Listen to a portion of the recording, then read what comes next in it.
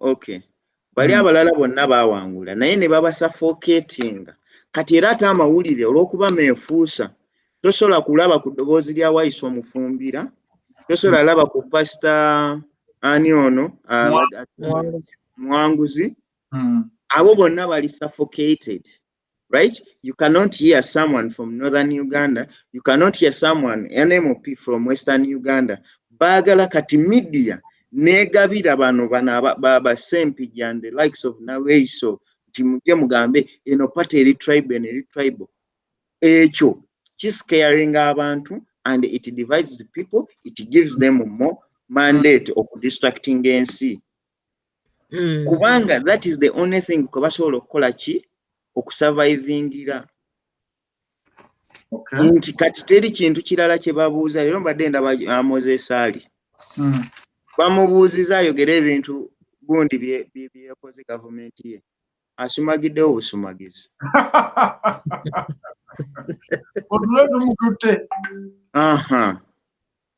Right? Kati gwe kyo kinyonnyola otya? A guy just slept. Naye twogera nti ono guy simanya first deputy prime minister simanya. And these guys, their future is in past. True. Yeah. Their future is in past. Ate ffe twagala okulira yingako. Ate eyo past yawe is not a good past. Kubanga past yawe singa ebadde ennungi twandigambye nti tubayigireko. Naye titulina bye tubayigirako birungi. Era ebyo bye tugezezaako bayigirako nkugambye twajja wano ne tujja n'ekiclassism kyova olaba mpulidde abantu gwe ng'oyagala otegere ekigambo classism. Look at the media where they are bashing Segirinya. Gwe weebuuze era the most disappointing people when struggle, they are the so-called elites. Put them in quotes. Ng'omuntu agamba nti how do I associate with Bobi Wine? Ng'omugamba so when you associate with him politically, so what? Kikyovaako nga takuwa nsonga. Because there is class battle grouping. Nti bano balina kubeera kino, bano balina kubeera kino. The moment you break the chain nga ogwo musango tobolaba today Nubiani ba Edimute bonna bali mu kkomera nga babagamba kati katubatwaleko mu kooti z'amagye mulabe. Era you remember they did the same mistake because a fool does not learn from their mistakes. They did the same thing to Bobi Wine thinking they are going to break his spirit, but they rather made another monster. Trust me, you guys imprisoning people, you're making more monsters, because I think it is Burna Boy who has that song, The Monsters You Made. Yeah, we are the monsters you made. That Nigerian guy. We are the monsters you're making, and trust me, we have nowhere to go but in that country. Whether it's going to take us how many years, but I don't think you guys you have any future. Nali mpuliriza omusajja ng'agamba waneno mu kalulu waliwo audio ze bansinikira nga gayi wa movement akutte kyakuna naye ng'agamba returning officer gwe nnangirira tujja kwerabira mu kkooti. Amazima ga Katonda ng'akutte ekifo kyako naye ng'agamba ekintu ekyo gwe nnangirira ebisigadde bindekere. Bindekere nze nja kubangulira mu kkooti gwe totya. Kubanga bakuliyetinzeewo division class nti no bano tebayisobola kujja nze nsobola okukubira omuwagizi kyova olaba nabagamba tuli mu nsi nga tukkirizibwa kuloota. Tudde bwe ngenda ne ŋŋamba muzeeyi wange before Bobi Wine nti njagala kubeerako president wa Uganda, buli omu ajja tulika aseke bakubuuza are you mad? Oli musiru bw'oli olabye ni akikola gwomanyi okuba emmundu because but dividingamu gwe tokkirizibwa crossing this line. Politics bagufuula omulimu bagufuula career era ndabyewo abantu ababashinga abaana people power tewali kibagenda kuteesa era olabye obusiru bo balowooza nti no kiwayogeddeko dependence because they have designed the society eri dependent. Now I saw someone ingagamba people are going to regret the choices they made when they are angry to vote these people, because they knew the only thing they can trap people is to be like, okay, I'm the boss, you're going to come, I give you what to eat, so you vote for me. Bo balowooza nti okubeera omukulembeze olina beera na zifaamu, olina beera naki abantu bajjenga obakusabiriza kati obe nga gwe ki nga gwe kingo nga gwe tewajja nazo kugamba ssente zaabwe abantu b'omu kitundu. Actually eyo ngiyitanga betting company mentality. Nti betting companies bwe nagisoma gundi yaayo philosophy yaayo survivingira bweti. Kati ffe bafala ababiri nze Kalyango ne Giovanni tujjanga tukaayana tugamba Chelsea ekuba ono n'agamba Manchester ekuba nawe oli n'agamba Kavuma n'agamba nti bagwa draw. Kati betting company n'abagamba temwekuba muleete mbakwatire ssente zammwe. Awangula gwe kuba muwanguza. Kitegeeza ababiri mulina okulwanyisa, ababiri mulina okuluzinga, omu n'afuna ne betting company n'esigaza ssente zammwe. Kati ne bano bagayi oli akutta atwala za mirundi ebiri, atwala za babiri, abasatu muwanguza aliyo omu. That is the probability. Kitegeeza betting company ye bekola ssente nti ekola 2/3. Kati ne bano ba MOP bwe bali bano abagayi ababadde batufuga ng'akimanyi nti nze ngenda mu State House nenzigyayo ssente wanenteekawo ekiprojekiti nenteekawo kati ono abadde ow'ekyotera Kasutonga ateekawo ssebo bugundi obubiina era yakaabye nga obubiina bwange nembakolera ebibiina nemukola ati nemutanonda abantu b'Ekampala b'ekyotera muli bazibu nnyo ne bwe mba nakuwa jambo yange ginzirize, because gw'osaba otya jambo nti wankubira jambo nkikuddize, because they work like betting companies. Mwe mujjanga mubeesize mwagala bakulembeze bo bajja kubakola mu ssente. Era ekyo nkyagadde mu speech ya Bobi Wine is very very clear. Ate naffe abawagidde Bobi Wine at any capacity, naddala ba bloggers baani aboogera abali uncensored, bwe mulaba ng'agira bw'ati ng'avudde kati tugenda kujja I think next week tugenda kujja tuyite mu constitution ya NUP, buli gwe mulaba ng'avudde ku mulamu ogwo mukube bukubi. Kubanga tukiraze nti people power esinga abantu abali mu power. Kale bannange tugende ku topic yaffe endala. Mwebale nnyo naye nfuna amawulire wano gagamba nti video yaffe esoose erabika eri deleted oba edeleteddwa ba hackers. Naye katulwane tulabe tujja kulaba how we can recover it. Tugenda kwongera okucheckinga musharinge message eno. Tugenda ku topic yaffe. Omanyi kati Mike Mukula ali ku pressure mpitirivu ne Jim Muhwezi. Naye tetugenda basparing at all. Mubadde mulowooza bwe mujjako bwe mutu hackinga aba bachina bamwe they can hack but they can't delete this account. Ne bwe munakola mutya it will stay and it's going to remove you guys. Ne bwe munakola mutya. So musharinge video eno ababadde bagenze bakomewo tukomyewo tuli live ku Chimbugwe live Facebook page ne Chimbugwe live YouTube. So share the message tutandise ku kye bayita welfare mu Uganda yaffe etya oba kyeki.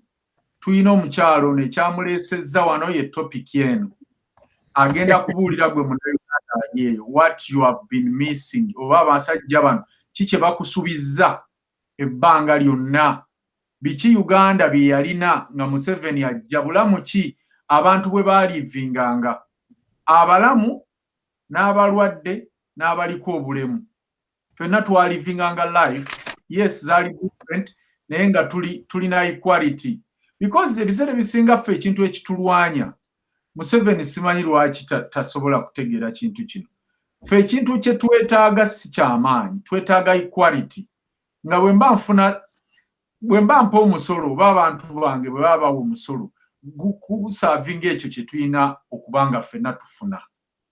Kaakati njagala kwaniriza again mukyala Sophia, twagala otuyitiremu ku ngeri ki welfare ya Uganda abasajja bano bwe baagijjawo ne Uganda butya bwe yali efaanana before abasajja bano nga tebannajja mu buyinza.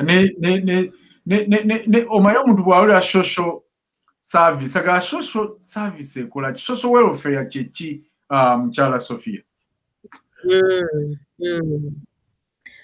Well, ompadde nnyo, I suppose that sort of expertism naye nga nsuubira ffenna abali kuno tugenda kuba tukwatagana nga tudissectinga kubanga that's the whole point of this the show.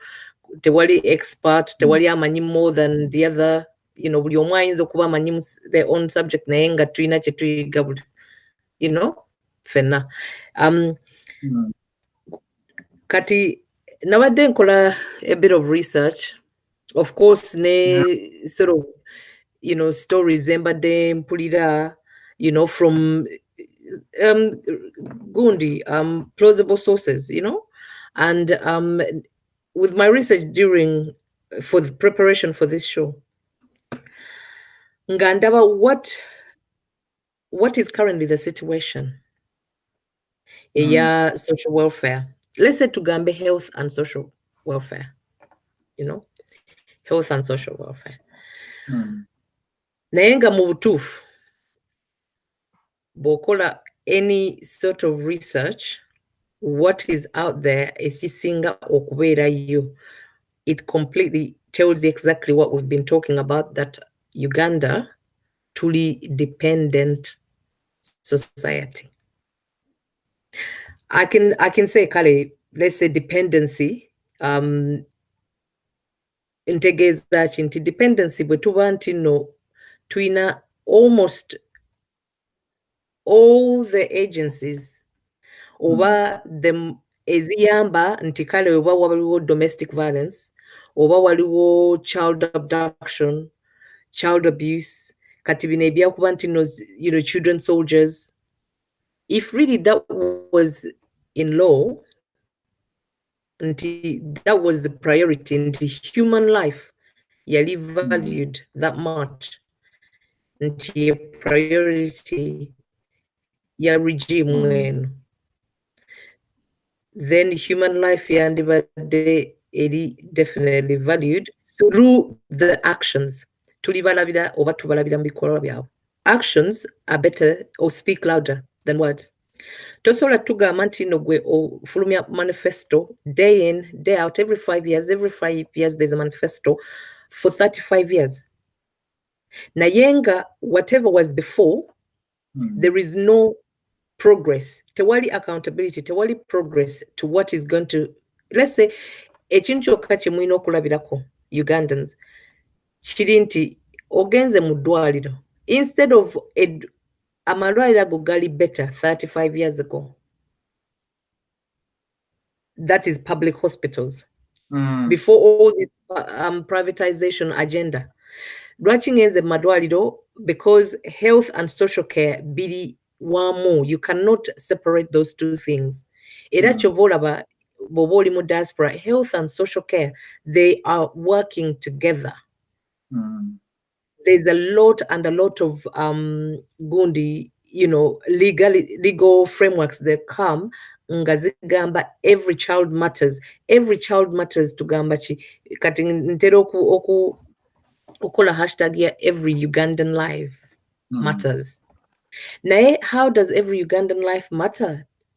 Nga in actual sense totadde whatever you found there before, you have not added value. That in itself shows you that the regime is not for you. It's working against you. bwabeera nga tewali ambulances, bwabeera nga tewali madagala weda tubyogerako madagala mu ddwaliro, bwabeera nga tewali, for instance, services ezigamba nti no, if you are at a disadvantage, for instance, oli ku disadvantage as a disabled person, elderly, kubanga one, tosobola kubeera mu working economy system, nti no, you now need to retire. Nti two, you have a disadvantage kubanga you're not fully capable of providing for yourself. How does society give back? Most of the time to rely on international aid, enough is enough. It's a lot of money whereby it's like we're having a discussion in prep for this show again yesterday, anga bobali kumulimo ntino bajja kuba all the time, bajja kuba mu crisis all the time, bajja kuba bakusaba naye nga how does it impact on you, the person in the diaspora? Okeera kumacha nokola day in day out. How does it impact on you? What is the root cause of your mental health? What is your root cause of your psychological issues? What is the root cause of your family life? Kati, the whole point of not investing in the social welfare system, because it's non-existent pretty much. Doing my research is non-existent. That's the bottom line. I have a whole big list of all the NGOs ezikola Uganda. I was trying to go through them. Now there's a lot of them. Why is there a lot of NGOs mu Uganda nga welfare state, which is the government, the state itself needs to create that welfare state? Dwachi abana baffe bagenda mu diaspora okuba nti no be bakadama? Why is that? Isn't there any opportunity whatsoever with all the social problems that we as a people, as citizens, as a race in itself, as a Ugandan people? I'm this, I'm that. As a people, as a Ugandan collective, tuyina a lot of problems. Now, instead of our government being for us, working for us, it's not working for us, it's working against us. Kubanga bobagam bali reactionary. Beba creating all the crime. It's not because Ugandans abantu, let's say, nebakusala ensawo oba nebakubba. It's not because omuntu aba ayagala nnyo necessary. Sometimes it's out of complete despair. And the despair has been created by the regime. Bagalobere in a space, in a sort of situation of despair, so that you completely are on your knees begging for dear life, begging for your bread.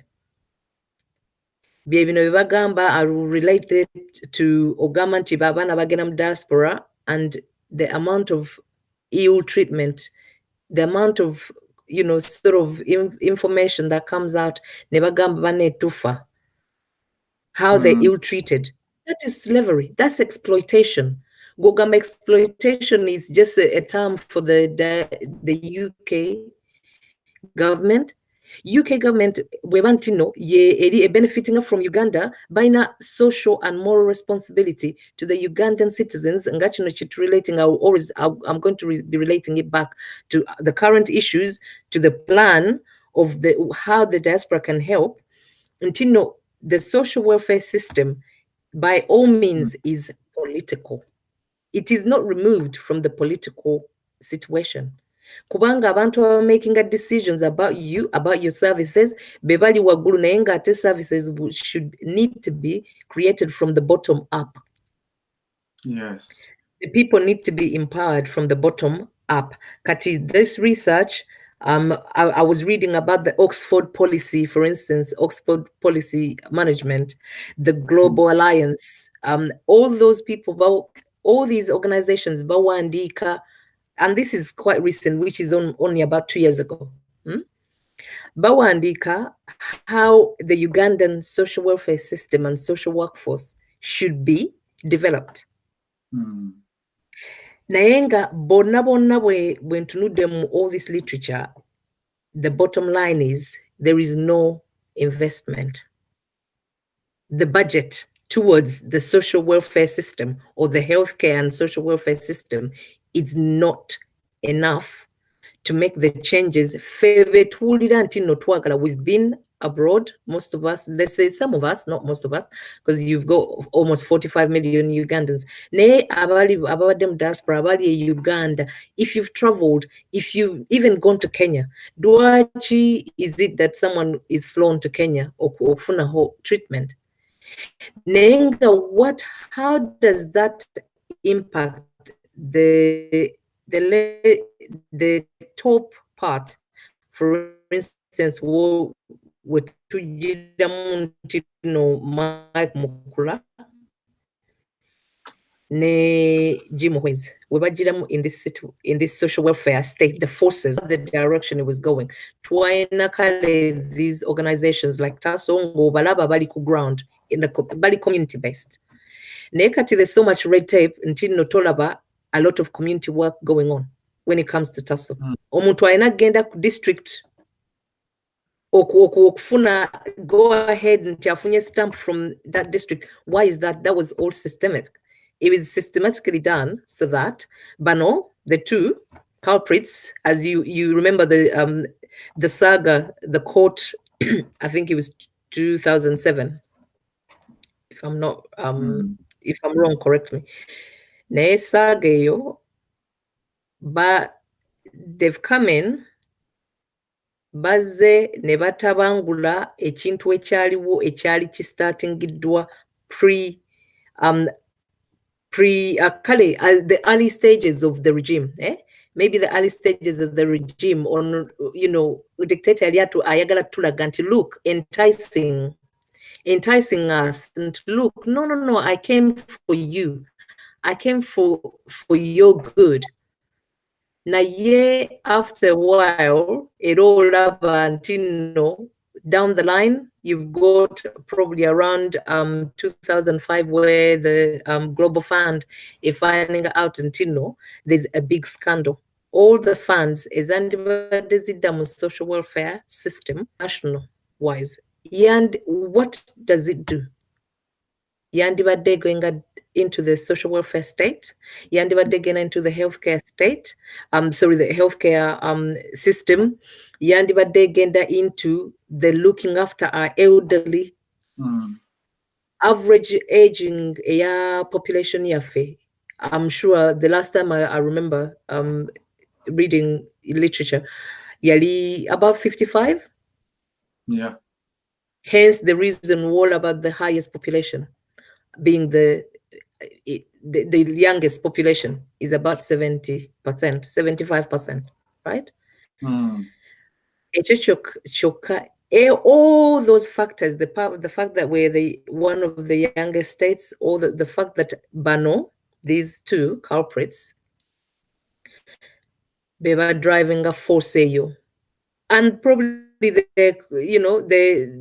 people they work with, the whole administration, they play this dirty game whereby they've swindled the public fund, they've swindled every single ounce, they've squeezed. We're worth, that's our worth. Our worth is kutunda kuchapati, kulugudo, kuvuga boda, kugenda gundi, kukolera abantu balala. Why is it that I am here in the diaspora? Naingate, I was reading about the beauty of Uganda. You can Google as well, or if you want to know about the natural resources. That is our whole beauty of Uganda. Ekyo kye kigenda okutubeeza mu social economic well-being nga eri at least a fraction of what you've experienced yourself. Tetusaba bingi, tetuli mu Western world. Yes, we understand we are a people, abaina a lot of cultural differences, you know, but at the end of the day, coming back to humanity is the fact that you are looking after the human being. The human being is me and you. True. You and me. That is the human being. So the history of Okubantino, it's almost like it's sort of almost like sadistic ntino.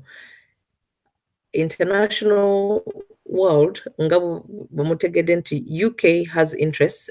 A lot of international countries have interests in Uganda, and it's done systemically into this sort of hopeless situation. Tubeere ntino tuli ku masi ya buli omu. Ntino, they will put in the news a little bit about how badly they've been treated over the campaign. But no, the campaign is just the campaign, the drama that's going on. Just a taster. The real death has been ongoing for the last 35 years. The real death of our children, the real death of our hopes, the real death of our dreams. Imagine in the diaspora, what if I build this lovely mansion? How will I be able to live in that little mansion? What if when I go back to Uganda, I will probably build my lovely house. I've bought this land. What if for 1 year, 2 years, 3 years, 20 years down the line? What if? True. Tuli what if? Nae dwachi? What if? And we're living in two parts of the world, which is what we call the double jeopardy. Kubanga, you're living in Uganda and you're living in the diaspora constantly 20 years down the line. Of life. So the social welfare system impacts on every single one of us. The politicians to make the decisions. The decisions need to be made by us, for us, with us, from community level up to district level or national level. Sorry. And politics is a duty on all of us. Kubanga family is not the same if you leave these decisions to politics. I'm sure most of you, mulesa abachale Uganda, mulesa abami Uganda, muli somewhere else working for about 5, 6, 7 years. You tell me, why wouldn't your family disintegrate? Kubanga, that was the whole system. Yachi planning. With the junta, the dictator, over colonialist or whatever, who the dictator and his friends. Abali mu that circle, you know. But take I think that describes the situation. I say that it is only in Africa where you live. And I hope the voice is really breaking. I don't know why. Okay, Kalyango tukuwulira. Okay, mbadde ngamba nti ekyo kye kidescribing nga kye ngamba nti it is only in Africa where someone is leaving their family behind to go in Europe or somewhere in Arab country, and the family is happy. They feel like ogenze chikuba. Yeah. That attitude of ogenze chikuba. Baba wakatuuka eno ne bagamba mwana mperezaayo ku zino nanti mwe mukola fene tukola, and we normalize things like that. But I want to remind you one of the words of Mr. Museveni. He said on the same day in 2017, the Liberation Day of NRM. where these guys robbed our country. He said, I hear some people saying that I'm their servant. I'm not a servant of anybody. I'm a freedom fighter. I do it because I don't do it because I'm your servant. I'm just a freedom fighter fighting for myself, for my beliefs, and for my beliefs. That is Yoweri Kaguta Museveni Tipuhabura on January 26th, 2017. That's what he said. So we go back to the social capital. I think it was the year 2019. I wrote this beautiful paper, and I wrote it on a subject called social capital, which links exactly. When I was researching, I noticed that social capital involves values, norm, outlook of life, citizen power, participation, reciprocity, feeling of trust and safety, network belonging, networks, bonding, and bridging. You see, we have already broken the bonding of families, because dad has to work somewhere in UAE or mother, and then the kids are left behind. That is mastered. And then we also do not allow our young people to participate in the social capital. Leaders, those in power, they open up things like these companies that ship people outside Uganda. That is very systematic, and it is done like that. Values and norms, outlook in life, how are they broken? That's why you have a president who is comfortable to watch his bazukulu watching Ebimansulo, and he knows it, and he will do nothing about it. You understand? Networking, and we do not network. That is the problem we come with when we come abroad.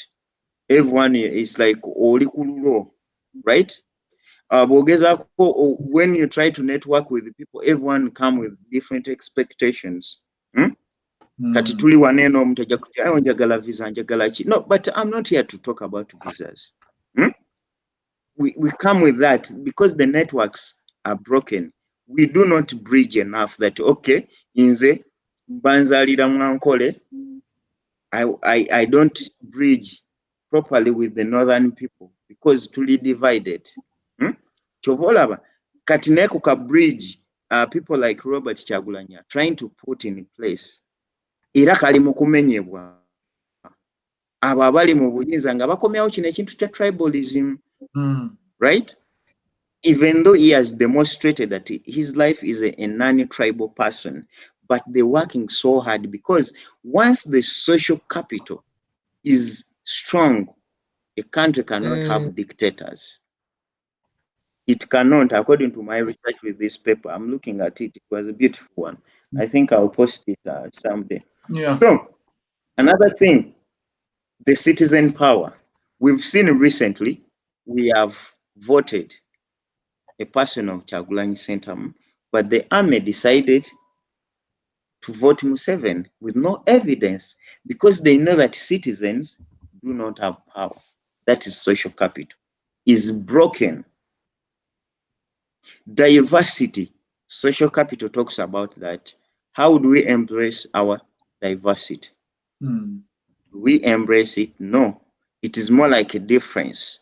That's why you see if a so-called first son, a general who went to school like Sanderhurst, he will come up openly and say, I do not expect any other tribe apart from Western Uganda tribes to rule Uganda, because it does not embrace diversity, and that breaks social capital, which links us to this. As I'm finalizing this part, let me just give you, when I was looking at this paper, this one of the guys who existed before us, this is how we define the social capital. I'm hearing some echoes. Social capital as a concept originally grew out of sociology and political science. Remember, president who he studied political science to describe resources available to individuals through their affiliative behavior and membership in a community network. That definition was defined in 1999 in a paper. The author was called Kawachi. Let us reflect. A guy studied political science, and he comes literally breaks everything in two pieces. It is not by mistake. He did it. He knows it, because sociology links us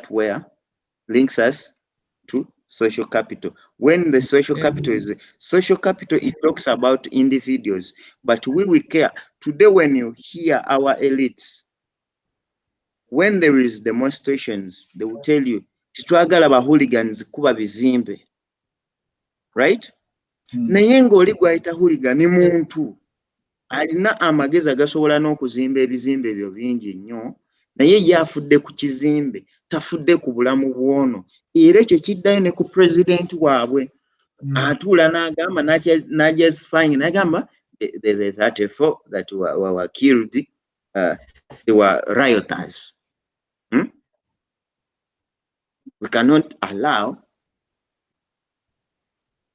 people to disturb the peace. Kubanga yafa ku bintu, tafa ku social capital. That is the dilemma where we are. Nti bannayuganda mu finding. Nti someone is just burning tire, but he will be answered by a bullet. Then omulala awonyeewo amutikke agendewa. Ate kino kikolebwa nti buli lw'olaba ng'ensi, there are many people moving out than those coming in. It means the social capital is broken. You cannot have whatever we say, and you do not have a country. Kubanga family units, they are broken, no bonding between mother and the child. You know, omukyala kati azaala omwana we mwaka gumu ayina omuleka wagenda atamunoonyeza ekyokulya e Dubai oba e UK. Kangende munoonyeze n'oddayo omwana wo nga tomutegeera. Nga naye takutegeera. But this is done systematically. It is done systematically. Bw'oba togenze UK, America, Italy, Netherlands, tuzunga buzunzi. Italia, Australia. So, bakutwala n'Ekitalia ne bakuterekayo. Ne bakuterekayo, okomawo akaanako nga kakoze eki, ne batta abantu obweyononere. Naffe ffennyini ne batucreatingamu fear. We cannot network because bateekawo embeera okukulowoozesa nti the next person is a spy. Oyombega. Era obiwulira wano mu diaspora bakikola kagenderere. Naye nga nze nabagamba nti bwe tuba nga tugenda kukolawo change eri formidable, we have to first bury those fears and the differences, embrace the diversity. For statistics actually teaches somebody embracing a diversity. Kati bwe gamba nti okay, bw'ogenda mu Uganda, there are 12 every 12 people you see they are Muslims, 30 they are Catholics, 2 they are born again, and so on. That is diversity. That is diversity, and you must embrace it. That is the best way statistics are encouraging. We imagine a situation singa face yange ne yapo zifaanagana neyo nga zifaanagana na buli muntu golaba nga afaanagana nga tutambula mu ntambula yemu nga amatu style yemu wandiyegombyani. Bwe tubanga ffenna twali twogera olulimi lwe lumu. Imagine a situation nga buli omu ayogera Luganda buli nga gy'olaga obogenze Bungereza obogenze olulimi lwe lumu. Did you love to learn Spanish? Imagine a situation nga ffenna tuli ebintu bifaanagana. Naye bo tebakyagala kyembracing. Bakitwala nti that is the point, but dictator gye bakozesa breaking societies, and it is deliberate. Very era mu pepe no nakinotisinga nti kubanga nagiwandika mbudde bwa COVID-19, I predicted nti USA kubanga gye nali nsobola accessing data, but I can apply it even in Ugandan setting. Nagamba nti mu America abaddugavu bagenda kufa COVID-19 more than any race. Kubanga they were put at the bottom of the society, and it happened the way I said it. And that is not, it doesn't need rocket science. Kubanga systematically bwe kiri. Era Katonda fatu yambi buyambi abaddugavu nti COVID ekyakaali ewaffe duplicate naye singa original yazze Uganda. Bannayuganda bandifudde nkumulito oba bafa in a silent genocide. So that is a dilemma, and it is systematically waliwo abakifunamu. Naye ekibi kye bakola nti bo bagenda tulekera society erina ekizibu naye bo nga bagenda kufa kubanga gamazima nga tebankubye essasi.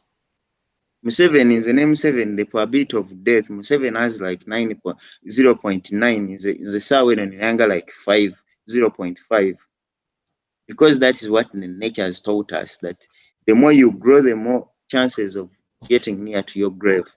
But he's leaving that society nga tagiorganizing ate ye a transferring is immorality ne mu baana be. Nkuzayo ku kya mutabani we kyawoza, mutabani wabeera ku kintu kimu abachwezi. But we want to let them know that this time, I think it is Honorable Kyagulanyi said it, that this time even the bachwezi won't save him. Kubanga iffe tetugenda kujja buzi kugamba bannayuganda nti kino twogere just the symptoms, but we are looking at the root cause. That's what will make us different from other people. The moment you know the root cause of a problem, you can heal it. Naye tosobola kujjanjaba bulwadde nga tomanyi ki kizibu. Kati gwe bino bye twogeddeko social capital leero reflect waba otalaba family bonding ng'eyuliseemu. Luli twakulanga mu kyalo nga mubeera nga abasajja bedda ng'asalira ku baana b'ekibanja, oli nadda wali ne beeyiga. Naye kati oluvubukamu genda e Kampala, genda eggulu, genda wa bazadde ndi busy abaana bagende mu bisulo, akaana n'akatwala mu pikuka n'akatwala mu kisulo nga kannassale. How are you going to bond that baby with that baby? Chovolaba n'abazadde kati bakomawo omwana we n'akola ebyekisiru n'ablaminga pate gya subscribingako kubanga ye yamutwala mu kisulo mu pitu nga ye yalina omuyigiriza values za society ne n'amusuulira essomero kubanga tubeera ku stress. Maama akola, taata akola, kampuni gy'okolera teri ddembe ly'abakozi kubanga gavumenti ebitaddewo byonna. Nti nno when do you get holiday? Gwe ng'omuzadde Uganda. Ezo zonna zinabira government policy, but tebazikola kubanga bakikola ndi bagamba nti eno society tugikole eki tugimenye, ate n'abo be bakozesa okugimenya tebakimanyi. From mobile statistics ekyo tukitaddabo blind nti everyone is acting like they know what is going on, but they end up to be the victims of their own mess. For example, bano bagayi tebabala. I started getting the room and bagala kuteekawo etteeka nga omuntu asobola switching a party anytime because their focus is NUP. Nti kati batandika okugula abamemba ba NUP bakole eki ba defecting. Etteeka amamu ku mateeka agakwata Mwami Museveni in 1995 bateekawo age limit cap nga baziizaani Paul Kawanga Semogerere.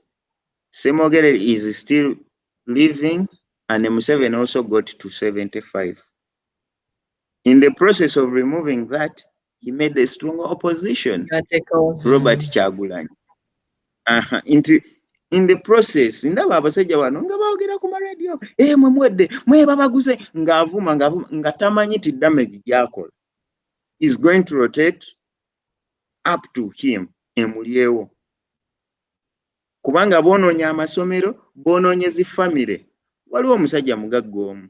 Mwala we yabalina ssente, mwala we atambula, bagagga ayiseeko somewhere omwana yamulinda n'amukuba akatayimbwa n'amu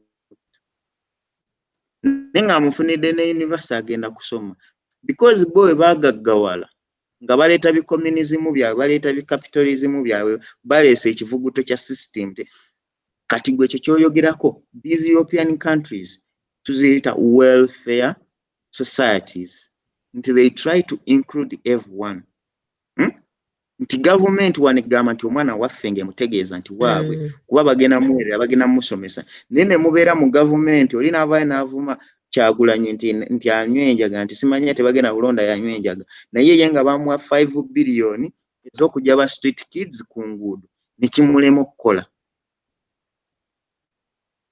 nti nga he can shift the blame n'agissa ku mulala naye tamanyi nti ekyo kyaganye okukola oyo street kid gwaganye okujjako ye n'alya ssente enkya yagenda okukuba muwala wa akatayimbwa amutte ng'anoonya ekyokulya kuba temukimuwadde once you do not create food for people in the society they will eat you bajja kulya gwe Gaddafi abalibya yabawa ate ye yalina welfare state ng'abawa buli kimu naye kakye yagana creatingawo democracy lazima bamwettira n'engalo zaabwe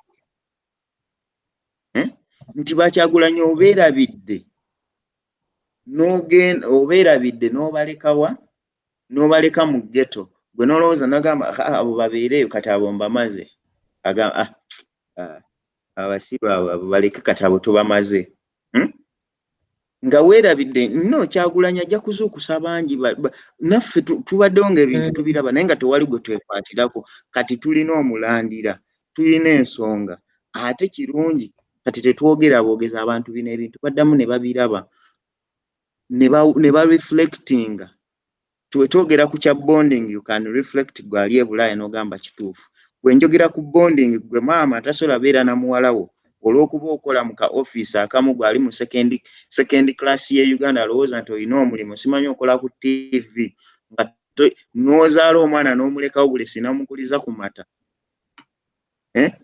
amalala simanya formula milk ebyo bye muleeta gwe n'olowooza nti okenze noonya ssente no ekyo kigenda kukosa kuba bwe mukikola nga muli bangi abaana bamwe babeera ku lwabwe nga buli ensi buli omu agirimu iringa kitengejja bwano we tuluzingira ne values nga society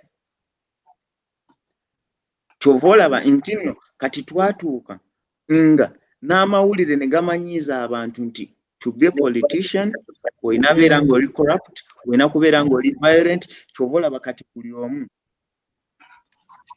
agamba plan B kubanga bannayuganda bakibassaamu nti the only way to change power you have to fight mulina okusooka ne mwetta kati ate ne muddamu emabega emyaka 4 right nti tuli awo ne twetooloola ne tudda ku kyekimu I loved Robert Kyagulanyi era kilinkinga very very nice ku kintu kye twogera nti ne boogenda aba sociologist abawanika ku bino ebintu webiti waliwo gayi bamuyita Putman waliwo Coleman bainanga different good approaches omu America waliwo Budu there is even another guy called Budu I think he's a French guy they are nice guys to read no relating and all our social capital yaffe ya breaking it inti bana abasajja kuba bo tebasaawo independent body bachi breaking abatya in my view I've been looking at Italy and looking at Netherlands what these are the social states zembeddemuko Italy erina ekitongole bakita imps ekigoverninga kiri independent on its own ekikwata ku social capital and related issue the well-being of the people and it is maintained by the state. Naye Uganda bano bajimu Muhwezi lwaki kati be bali waneeno balekawo embeera and I've read some information about this guy sebo ne bagamba nti okola any NGO okola anything to support the people from the ground you have to come through the Ministry of Health nga ba creatingawo ka trap k'obutayamba abantu era nga basobola n'okudirectinga baani b'oyamba oba togenda yamba eno section tetukuwa. So their intention was not to help everyone, but to control everything. Yeah. Because I think I learned it from Rich Dad, Poor Dad. That book is fascinating. It's a business book, but this guy makes a very selfish comment, but it applies even in their government here. Agamba nti abagagga bakontrolinga buli kimu. They look like they don't own anything. Rich people control everything, but they do not own anything. Kati ne bano boolaba wano, they are also victims. Gw'olaba gwe basaayo nga face nti alidde ssente n'alemesa naye nga kiri ki system kyalimu ekivundu kyekivuddeko kanaaluzaala. Kyobola tugamba ne bojja wanene Bulaaya nti the systematic racism is more harm than omuntu gw'osanga ku kkubo n'aku ecolinga. Nakugamba straight in your face. Yeah. Kati oyo tali dangerous asobola okugenda naye waliwo racism akusiba embiriizi. Kati tulina classism ewaffe asiba buli muntu naye nga gwe tokimanyi nti otambula oli musibe. Era I've liked it nti Bobi Wine yakyogedde nti akyogedde leero mu speech ye n'agamba nti ffe tuli eno bweru mwe muli eyo munda tuli just mbusibe bwanjawulo. Nti bano baggayi bassaawo engeri balinga society abacreatinga amadaala nti bano tubakwatirewa. Kyobola nagambye nti no society zonna eziweizinga when a society has a lot of people in middle class, it has to disintegrate because of this. Yeah. Especially in Africa, nti kacha batandika nosanga omuntu nagamba nze maze emyaka 5 sirinnya tax. Nze sikyalinya tax, sikyalinya boda nga yalowooza nti it is development actually. Yes, yeah. No. I call it bubble. Nti obeera mu bubble nga gwe tokimanyi. Ntegena ate ne bakulizaamu abaana baabwe. Naye kangambe exactly that situation gye tubaddemu aba diaspora as well. Kubanga tuddayo eka n'oddayo maybe every year, once a year, no having some fun, olabira ddala amabala mangi. It's, you know, you're going to the beach because you have money to spend for a week or two. That's what you think. No laws until no, it's development.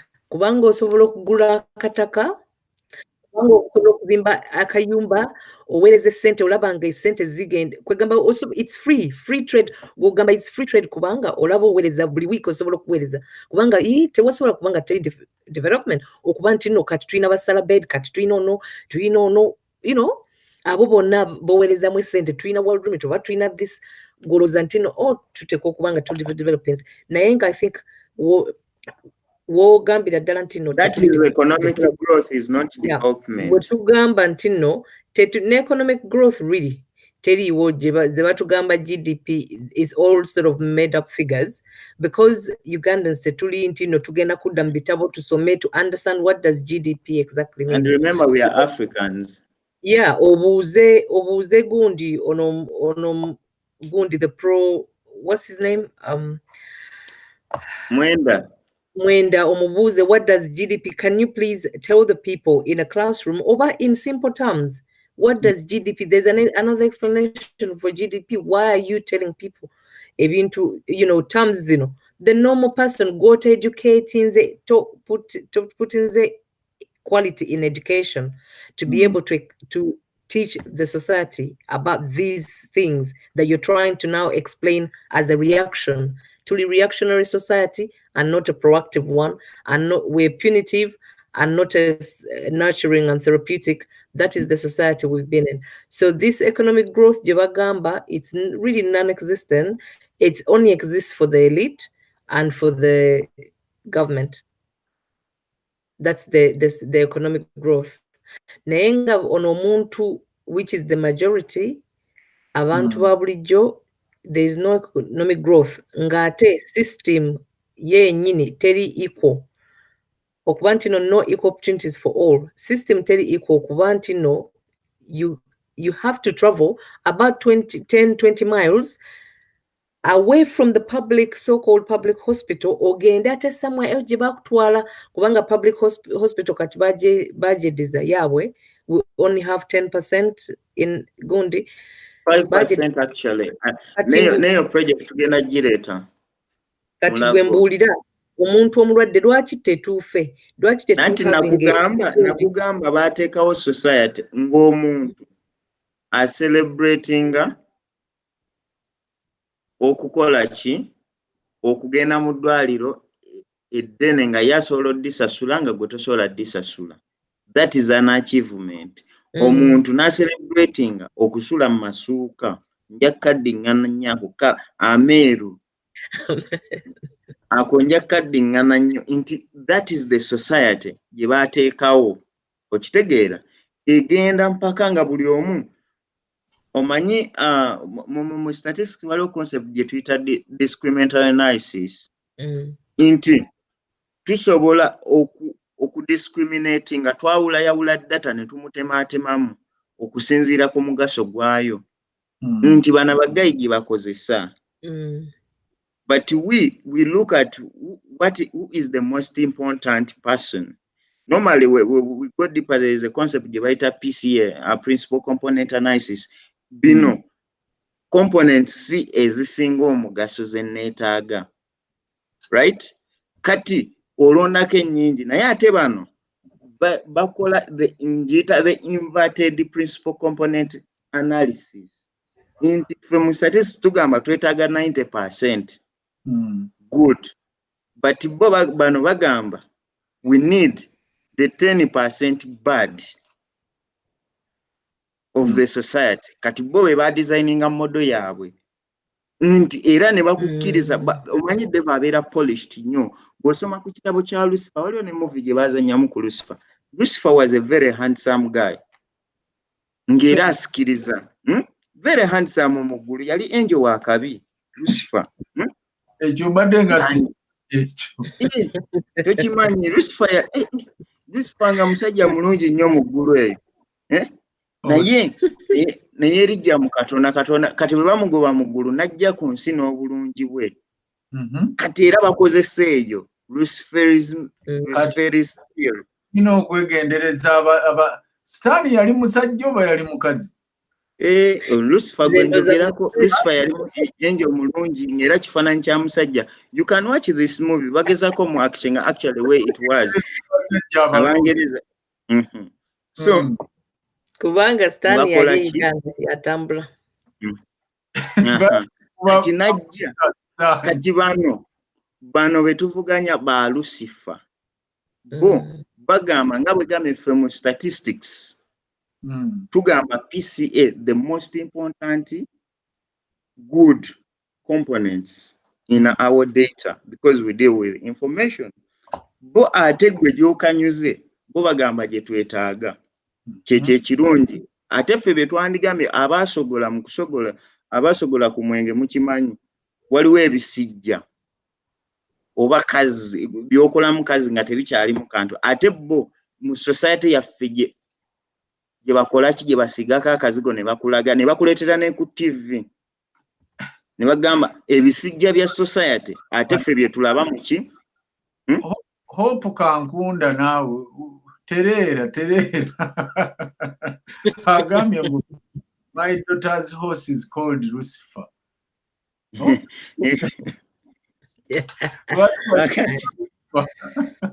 I was still making my point nti ffe twakwata ebisijja bya society byebyo boolaba nti ye tafa kuba mulonze oba tafa ku ki afa ku ye ng'omuntu nti bo bafa ku politics waabwe ng'abantu tebafa ku society, bo bafa ku retaining power at all cost kubanga bisijja fe ate society kati society yaabwe gye bakoze ng'ejjamu guno omubisi abasogola ku mubisi waliwo gye tuyita emberenge kati ffe guno omubisi ogw'emberenge ne bagamba mmwe mugende tetubaagala wano nebatindika gye mawanga mugende onaagenda okujja emyaka 2 nga ffe tubbye kye tubbye onaagenda okujja emyaka 5 nga ebisijja kati nga society efuuse ya bisijja ekyo.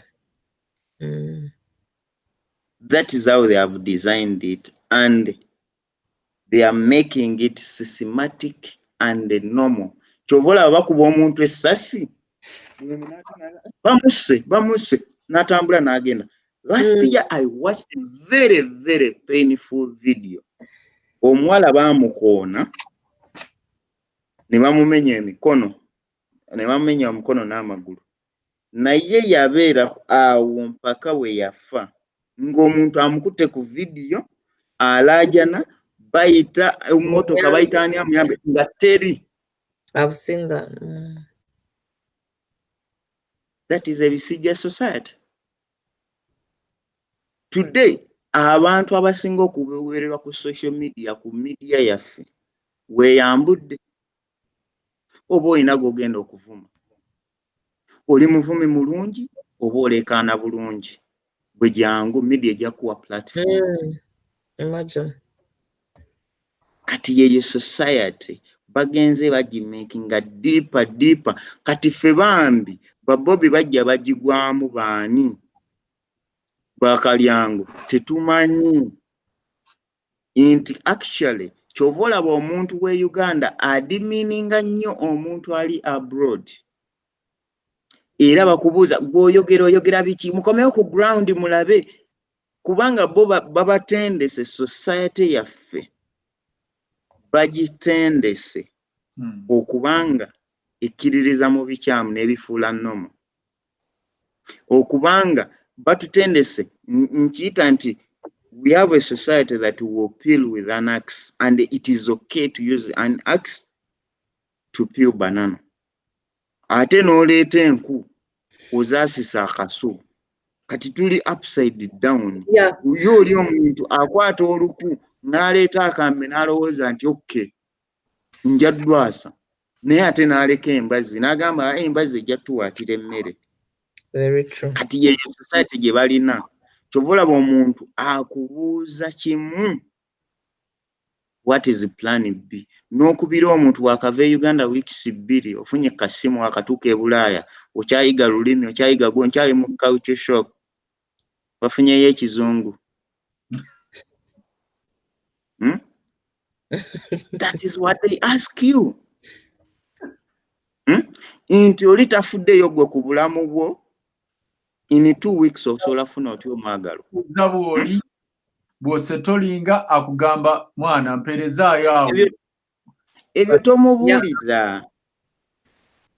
Kubanga oli you just need to have the money ozinoga ku muti. Kubanga bamulaze kubanga omanyi society yaffe kyekola. There is a nice guy ku YouTube today, Wodemaya. I think you guys, you can go and watch that guy. He's a Ghanaian. He has a very nice YouTube channel. Alaga the beautiful side of Africa.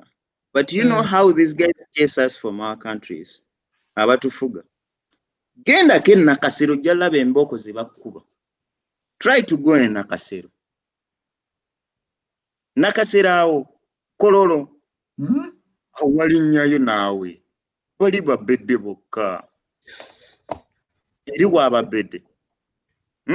Tebakukkiriza na kwegomba. Uganda bajawulamu. Yes, once you divide a society, no oppressing at the most. And it works for you just for a short time because finally people will break the chains. Trust me, our ancestors broke the slavery chains. We shall break theirs. The colonialism as well. Colonialism was just easy. Baganda bali bageze Uganda. Bagamba mutumye ffe tugenze fuka independent. Omuzungu n'abalamu nga tayitawo n'agamba okenji bawadde. Bamawuma wonna n'akatabo k'ensoma. From Chapel to Gold. Bo baabakuba. Ne balwana n'abazungu mpaka abazungu bwe bagamba tukkiriza mukuba. Genda osome Nandi resistance.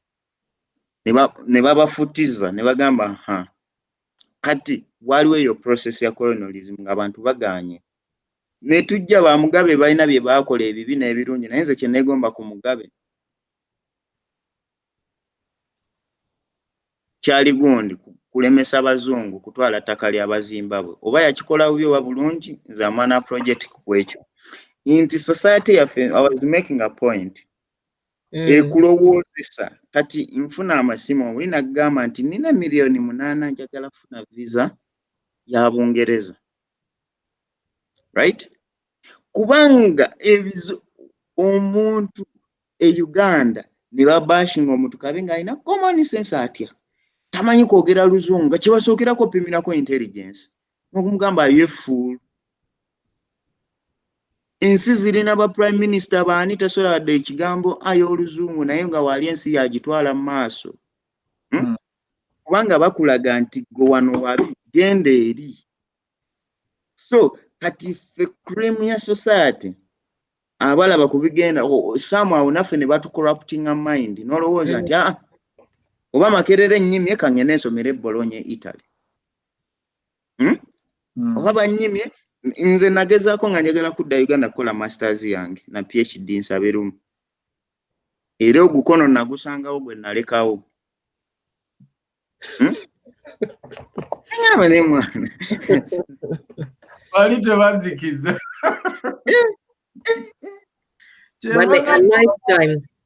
kyemba ngamba wano abantu tetulina naffe kuzikiza kuba nabo bannaye tebazikiza myaka na tebazikiza buli bwe bagiplaninga ekola effectively ba planning ekintu kyabwe bo bali nozaala omwana n'akula n'omwana n'azaala omwana omuzzukulu naye ne bamukuleetera kati bajjajja kati jjukira abakadde nabo bagenze bava life expectation is dropping omuzzukulu ng'omwana azaala omwana ffe abasinga twakula n'abajjajja baffe ne bakulekaawo kati lo family etandika okudisintegrating temumanyi ne baleeta bino ebintu byogira abantu bangi ne bafa AIDS kati abo abaana abali awo abaakula ne bajjajja baabwe kale bo ne babeera bamu naye kati ate nze I cannot leave my child with my grandmother kati wembanga nina emyaka 20 plus kitegeeza grandmother wange ali myaka 7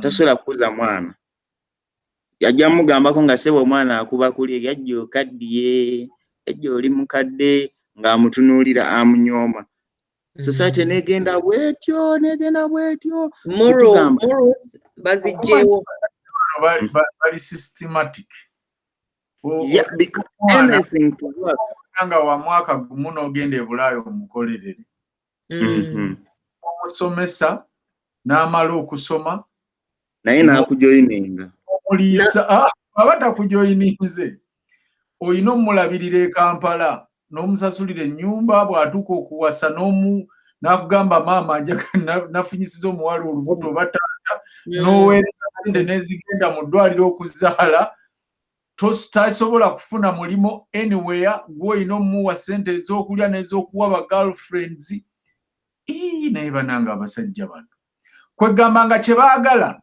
oleme ggwe kukomawo kubanga tolina bw'onookomawo ate famire yaani gye waleka ani agenda ogirabirira kubanga buli kye balya ddwaliro buli kimu gw'alina okukiwaayo kati gwe ekyo kyennyini omuzungu acontrollinga DRC Congo. There is a very nice book called Dancing in the Glory of Darkness. How Congo collapsed. Olaba kati ffe twenkanankana n'oyo omuvubuka akkirira wansi mu kirombe kya gold oba ekya diamond agenda akole ssente basasula famire ye ng'ali wansi eyo tebamukkiriza kuvaayo mpaka lwafa nga takomyewo. Kati gwe naawe ojje Bulaaya nga gwe okola ng'ekyo. Era ddala oli mutuufu, dancing in the glory of darkness. Kubanga you be dancing in the glory of darkness. You think, okay, I'm moving, but in actual sense, ogenda n'obalaba wano okumanya ddala they dancing. Ogenda n'obalaba batandise n'okukola eno zi white party ziki n'obagamba you people. Kakati bwe mugenda eka mukola zi white party. Kati nene watali wamwe mutandise zi white party. Nanti kyekyo dancing in the glory of darkness. Enjoying liberties that do not give you freedoms. Enjoying the moment because you do not have to think about the future. After all, your friend was shot when you're coming. Maybe one of your friends was imprisoned somewhere in drug dealings and things like that. You lose the future mind. You only live for today. So you have to dance in the glory of the darkness. Oyo gaya munamawulire ayogera ku bintu bingi nakulaga role ya UPDF mu kundi eyo nakulaga RPF amaje mangi agali eyo to suppress the people. Kati faga amaje nze bwenkireeta mu Uganda era obwo tactic babusayo mu different regions finga tetukitegeera nti how do nations collapse. When you read that book, you get very, very devastated. You will see the systematic destruction of nation without ngamutunula mwemuti ninga temubalaba. Kulaba omuntu kulaba ABCD nenyenga omulimo gwe gwakutta nsi yo gwe nga tokimanyi. Geno ABCD nenyenga omulimo atansi yata society yo tokimanyi. Is dancing in the glory. Kati ndabya abantu beyita amanya bannaye mweyisa amanya ga mawanvu mwandisigadde ku manya gammwe amatuufu. Oli record breaker naye Uganda teba breaking a record we batyo kubanga tetunnatuuka gye tulaga. Muleke okuzina amazina darkness, dancing in the glory of the darkness. How do we translate that phrase? Kwe kuzinira bagayita amazina ag'ekirogo. Okuzina amazina ag'ekirogo. Inti bo bali awo society yaffe kati tuwadde bwetutu abavubuka nga bagamba manyi Siza ona atugambye nti bali mu America ne bakola zi bus party kati bazikolera bakola ki party bazikolera mu buses ne bapangisa zi limousine ne kumbe te bamanyi dancing in the it's dancing in dark what in the glory of darkness. Yeah, dancing in the glory of darkness. Yeah. Kwegamba oli happy mu buddu. Mu buddu. It's like abasibe n'otuuka mu kkomera ne babayita batya abasibe bwe batuukayo mu makomera batwala ebifo. Batwala ebifo. Bayita baani maama. Bagambye Katikkiro wabeerawo Katikkiro waliwo chairman nawulidde engozi ya gundi ya mubiri waliwo chairman waliwo Katikkiro mu kkomera n'otandika n'okkuba basibe banne abazze n'obasaba ne ssente naye oli mu kkomera naawe oli musibe so ekyo kyekifunula kiri ekya ate oleesa twisted mind of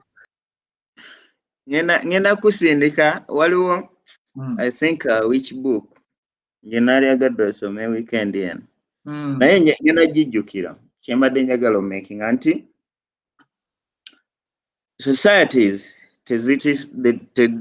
disintegrating in 1 day or 2 days or 3 days. It goes on and on and on. it takes very intelligent leaders okunotisinga nti society yaffe eri ku breaking it down, and they can do something. Take an example. When COVID-19 came to Uganda, Yoweri Kaguta Museveni Tebuhabura yakwata teweesika olw'okuba mwogeddeko, ndaba weesise naawe kirabye. kumuyita dictator. So omwami oyo yagiyimiriranga ku TV n'agamba kino kigenda kukolebwa. And I also dig down in my small brain nenzijukira abaanyi bakasirye eggwanga ge baalina bwe mbasomako bwe mbalaba interviews ezo nzinoonya. Kasirye eggwanga ng'agamba Mubende tugenda kulongoosa nguudo ne kibeera. Kubanga he was a community guy, right?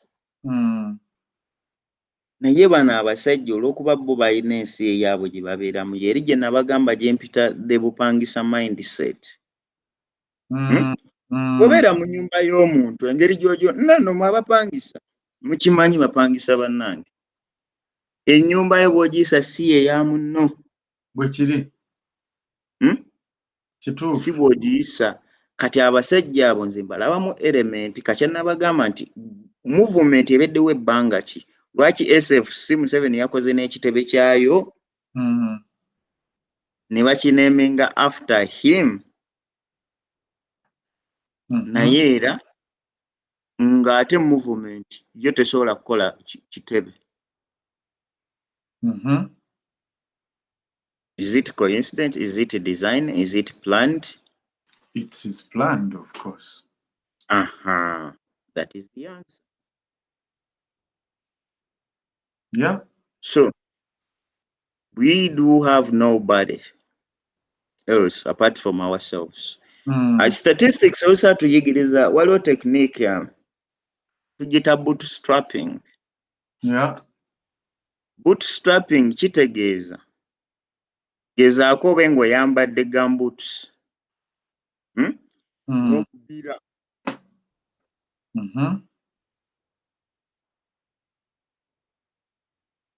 n'obbira mu mugundi oba mu ntobazi nga teri muntu akuggyayo. Olaba amaanyi g'okozesa okweggyayo? Gw'oba olina wekka okweggyayo. Abaganda kye bayita okweggya mu bunnya. Kati naffe mu statistics time come nga tolina assumption zonna, tolina distribution naye nga data bamukuwadde olina omukolako. Nga you have to make sense out of it. Kati bannayuganda mbagamba, we must make sense out of this struggle. We must understand the root causes. Kati nalabye abantu abamu batandise okukyamukirira baakubye mbu abaana badde ku ssomero. Biki bye bagenda okusoma? Bagamba nti eri batta abantu nti nabuuza ku bannayuganda. Sajjabbi teribulako kalungi. Dr. Besigye yeekalakaasa walk to work. Bannayuganda tetukoye okwekalakaasa kammwe mutuleke tukole.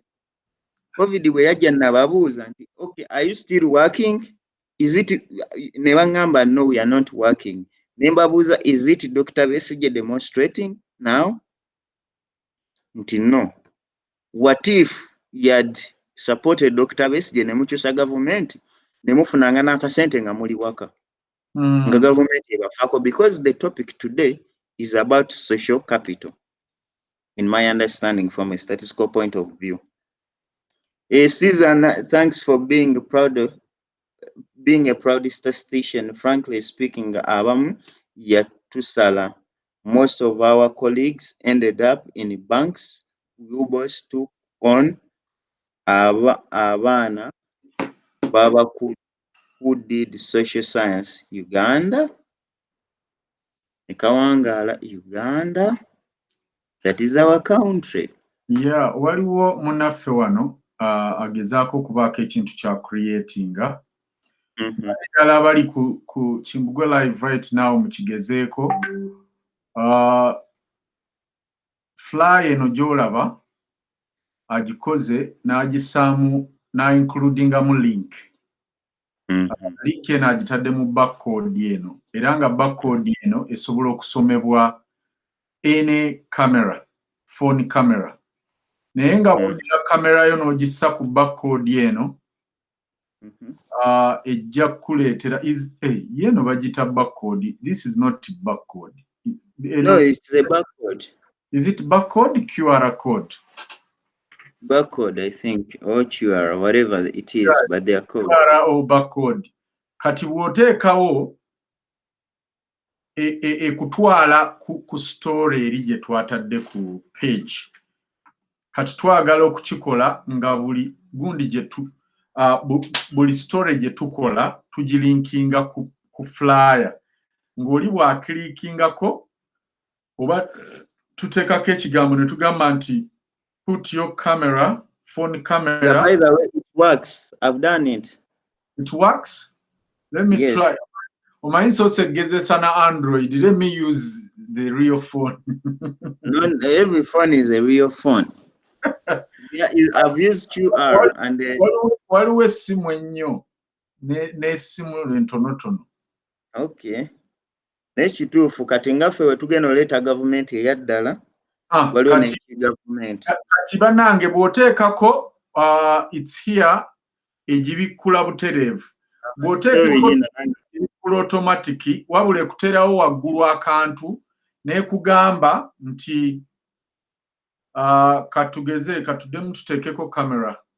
Bw'oteekako ekugamba open Facebook in Safari. Kati akakantu kekutereddeko waggulu aka open Facebook in Safari kokola ki? Kokoonako. Gw'oluteekamu bw'oti ekaleeta awo. Simanyi oba mukala. Options ebbiri. Kaakaawo. Ekuleetera ne gamba open Facebook in Safari. Kati bw'oklikingako egenda butereevu. Eno ye Uganda empya gye twabagambye. Zino ze strategy ze twabagambye. Okay?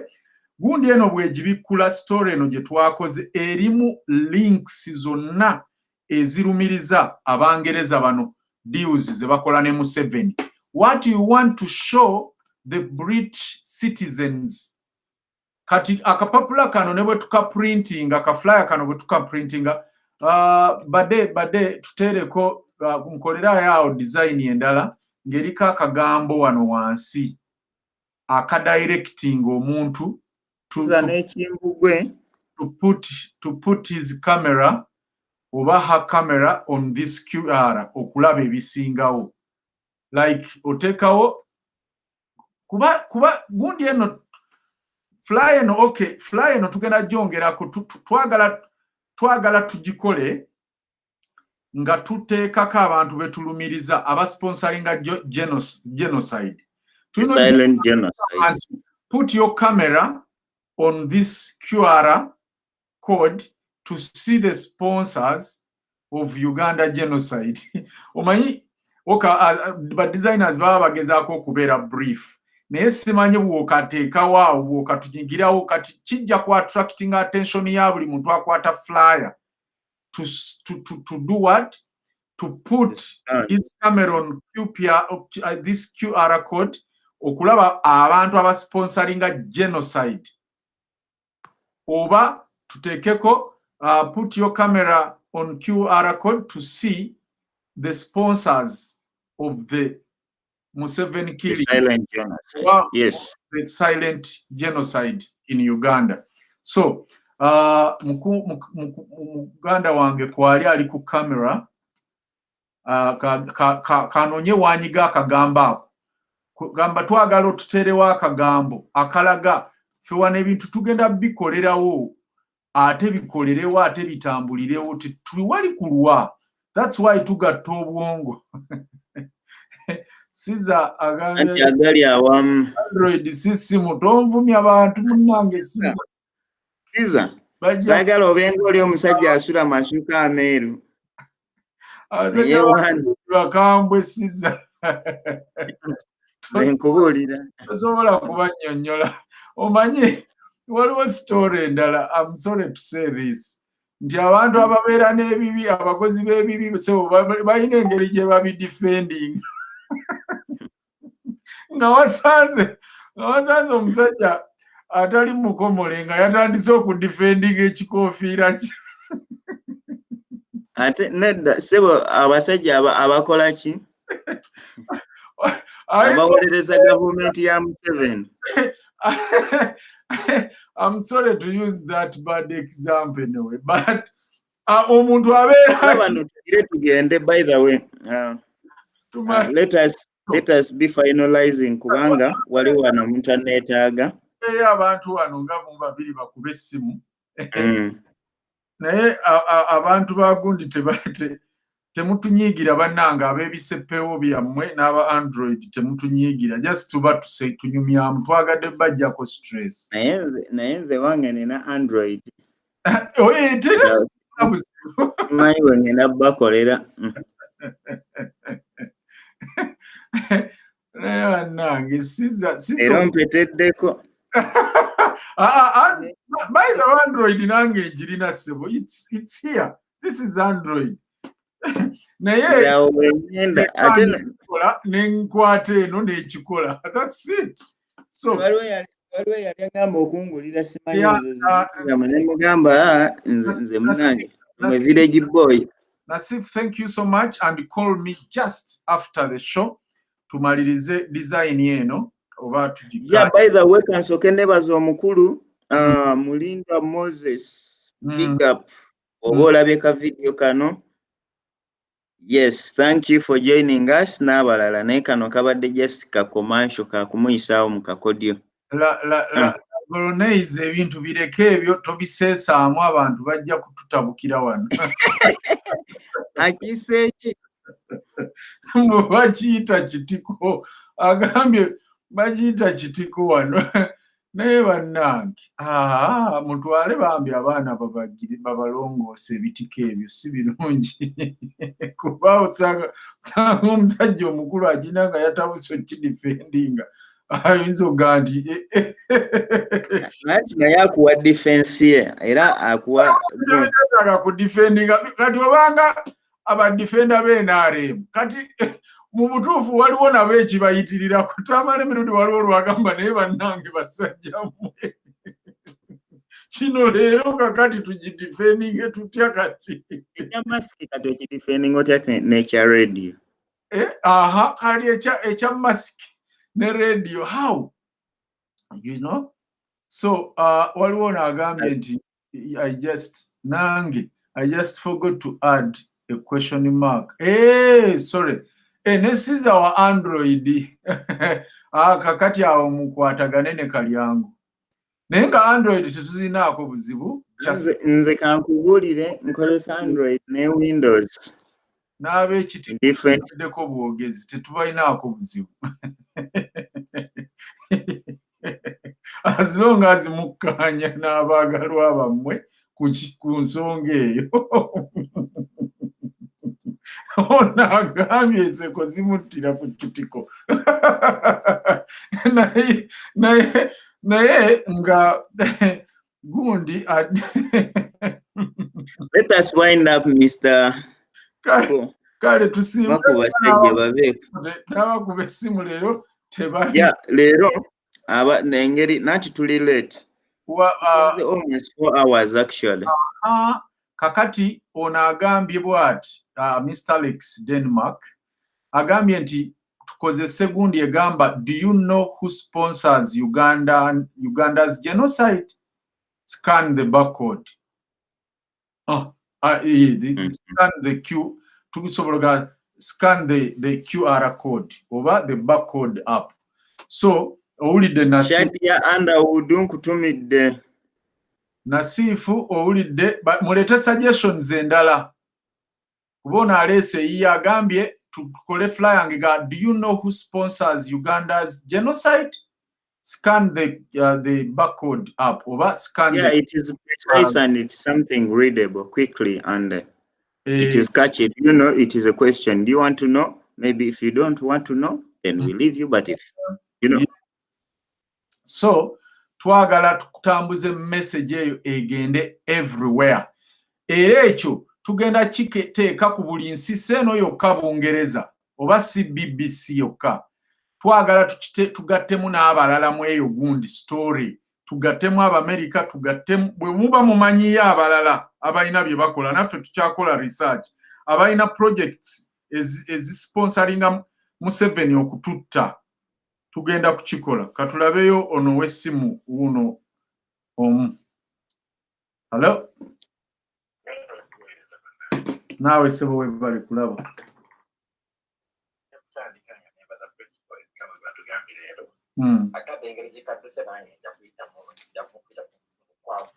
Itamulu kwayo.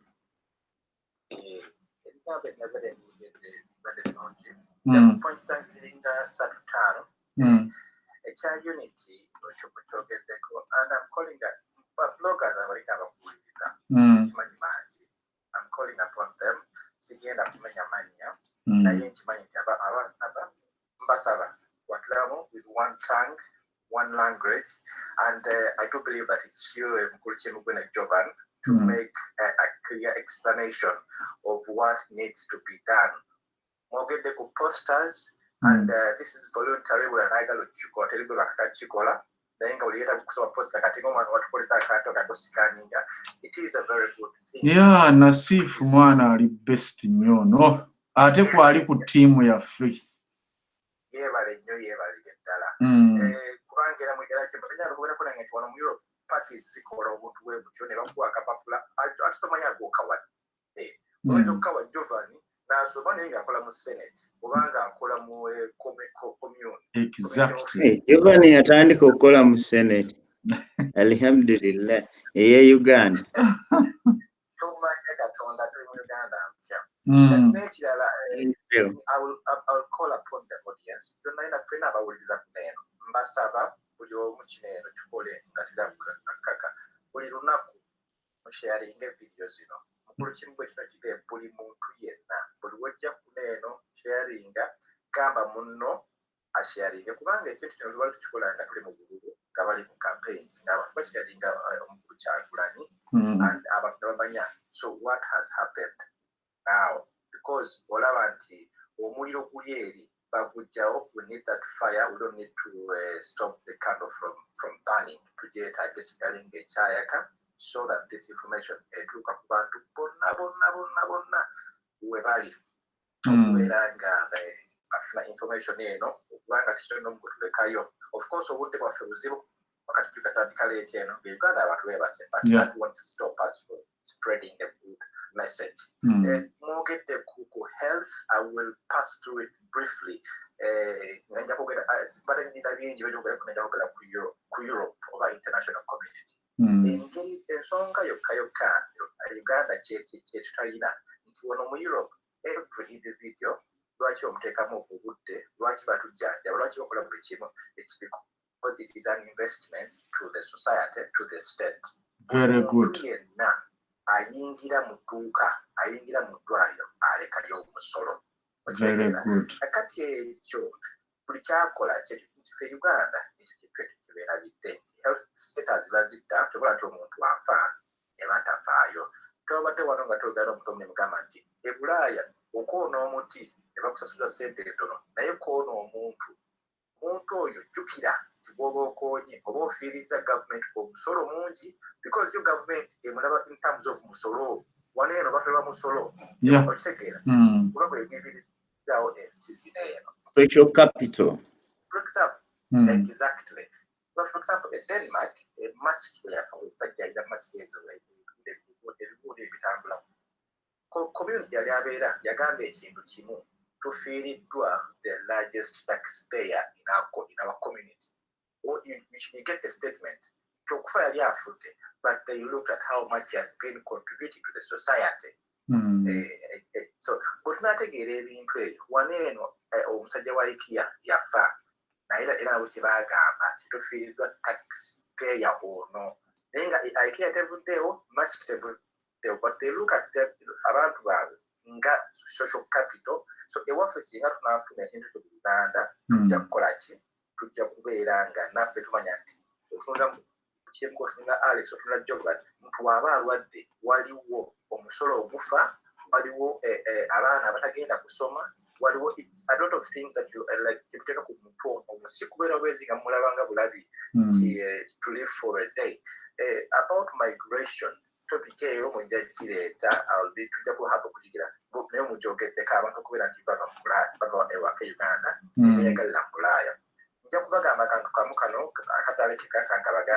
$1.5 million streets by 1800s, 1920s, I think, in America. But a fifth of the population came back. While they came back, they were homesick. So, what was your name? It was the one, you go back home, and when they came back home, you actually stayed in Denmark, in Sweden. By their calendars, their celebration gundi z'Amerika wontegeera kibaddane kiri tebasigalayo badde waabwe ne badevelopinga. That is why we call them social welfare states. Sijja kwogera bingi nga bwentera okwogera nti for God and my country, people power, our power, Mukama alampeera. Amiina, weebale nnyo mukadde waffe Alex. Musajja oyo ali mu struggle wakati, ali on board. Tuddamu okubagamba tetugenda kukuba mulanga gwonna ku kintu kya struggle kino. Asiima kye tukola yajja mu inbox yaffe n'abuuza engeri y'okwegatta ku struggle. Tetugenda kuggulawo ene WhatsApp group, tetugenda kuggulawo ene group because omulabe mwayita n'atudibaga oba n'atuvuluga oba n'atukola buli kintu ky'ayagala. Okay? So mbasaba nti mutukubire mutugambe nti bannaffe twagala okuyamba mu ngeri eno n'eno. Tulina abaana kati abakwasaganya ebintu bino byonna kuba naffe twabaga siffe abagezi abasingayo. Twagala naffe studio eno nga Kalyango ne Kimbugwe tebazze naye nga waliwo abazza abali mu kupresentinga. Okay? Mulaba tugezaako okuinvolvinga abakyala nabagamba ekintu ekitaliimu bakyala bamaama tekinyuma. Okay? Mulaba emirimu bannasiifu gye bakola. Nasiifu tubadde online twogedde ku idea immediately nabanga agireese. Leero Hanifa Australia, thank you very much. Umpereza atuweereza ssebo gundi tutorials tutorials how to use Twitter. Yeah, how to use Twitter. Please, thank you very much Hanifa. Te agenda natukolera kuwandika show yaffe eya Somalia agenda giteeka in details. Era leero in detail. Yes, nga tumuwa each and everything she's going to put in. Eyo nayo tugenda sebo nasifu owulira. Eyo nayo story tugenda gikolera backcode we kati. Twetaaga kati olaba ndooza strategy yaffe banaye gye tubadde tubanyonnyola nga tumaliriza. Nti we need to do things ebigenda okuhitinga ku nyama. Bino ebintu byonna nabye tubadde tukola. Basudde yagamba nti bw'obanga ogenda kuvumula entunuka, I mean ng'onoovumula enjoka, ate eddagala omuntu tomuwa lya ntunuka. Kati omusajja tubadde eddagala lye tumuwa nga si tuufu. Kati tumukuba akadagala kali akakambwe, mugenda kumulaba nga aseenya, mutye n'okutya nga ggwerera. Kati buli story ffe gye tukola ffe tujja giteeka ku website. We are introducing our TV this week, before end of this week. Tubabuulire kati TV egenda kuba ne website, egenda kuba ne blog, egenda kuba na buli kintu kye mumanyi, pages. Waliwo wano agamba mbu asooka atuwulize nga tetunnagenda. Sebo tuli bulungi naye yesterday tewatuwadde ku mpewo.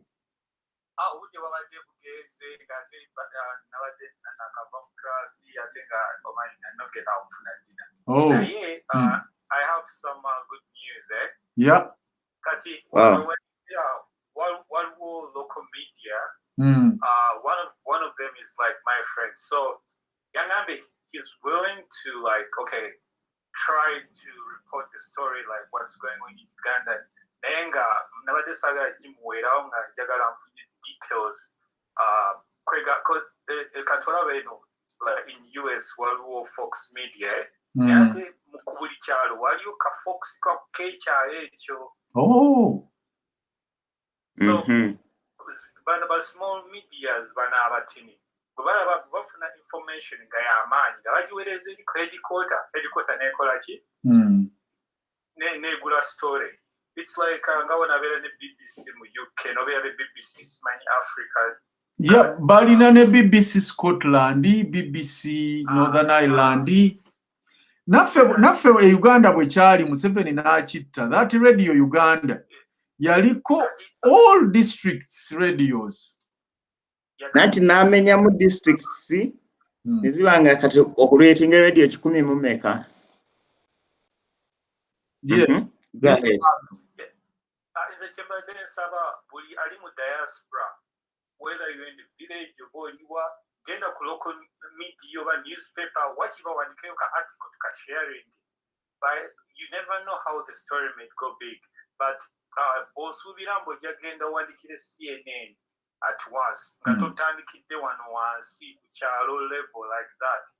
There is no way they're going to buy your information. Because already buying into be to air out. So buli take over anywhere. If you're in Italy, just go to like local media. Sorry, like it's very simple. Uganda. Waliwo omusajja gwe nali mmanyiye yali bamusiba I think bamusiba like 20 years ng'ali mu kkomera naye ng'alina abaana bataano balese n'ekikwewuunyisa Uganda ono omusajja bamusiba naye nga mu kkomera gyaki oba yali akola ki we don't know naye ng'akyalabirira bano ababatali mu kkomera. I know. You get the story. Kati Uganda eri ku state where omuntu ali mu kkomera asinga omuntu atali mu kkomera. Bwe kiri. Nati ne Bobi kyagambye nti naffe tuli eno tuli mu kkomera eri ebweru. Nti mwe muli eyo babaggyeko enviiri ffe batulekedde enviiri naye obulamu ssaawa yonna busobola okugenda. Omuntu alina kwegamba ki mu bufunze kiri nti mu Uganda omuntu ali mu kkomera is more safer okusinga ali outside kuba abashuwa nti ajja kulya akawunga naye ali ebweru bw'ali ekyemisana tamanyi nti anaali ekyeggulu.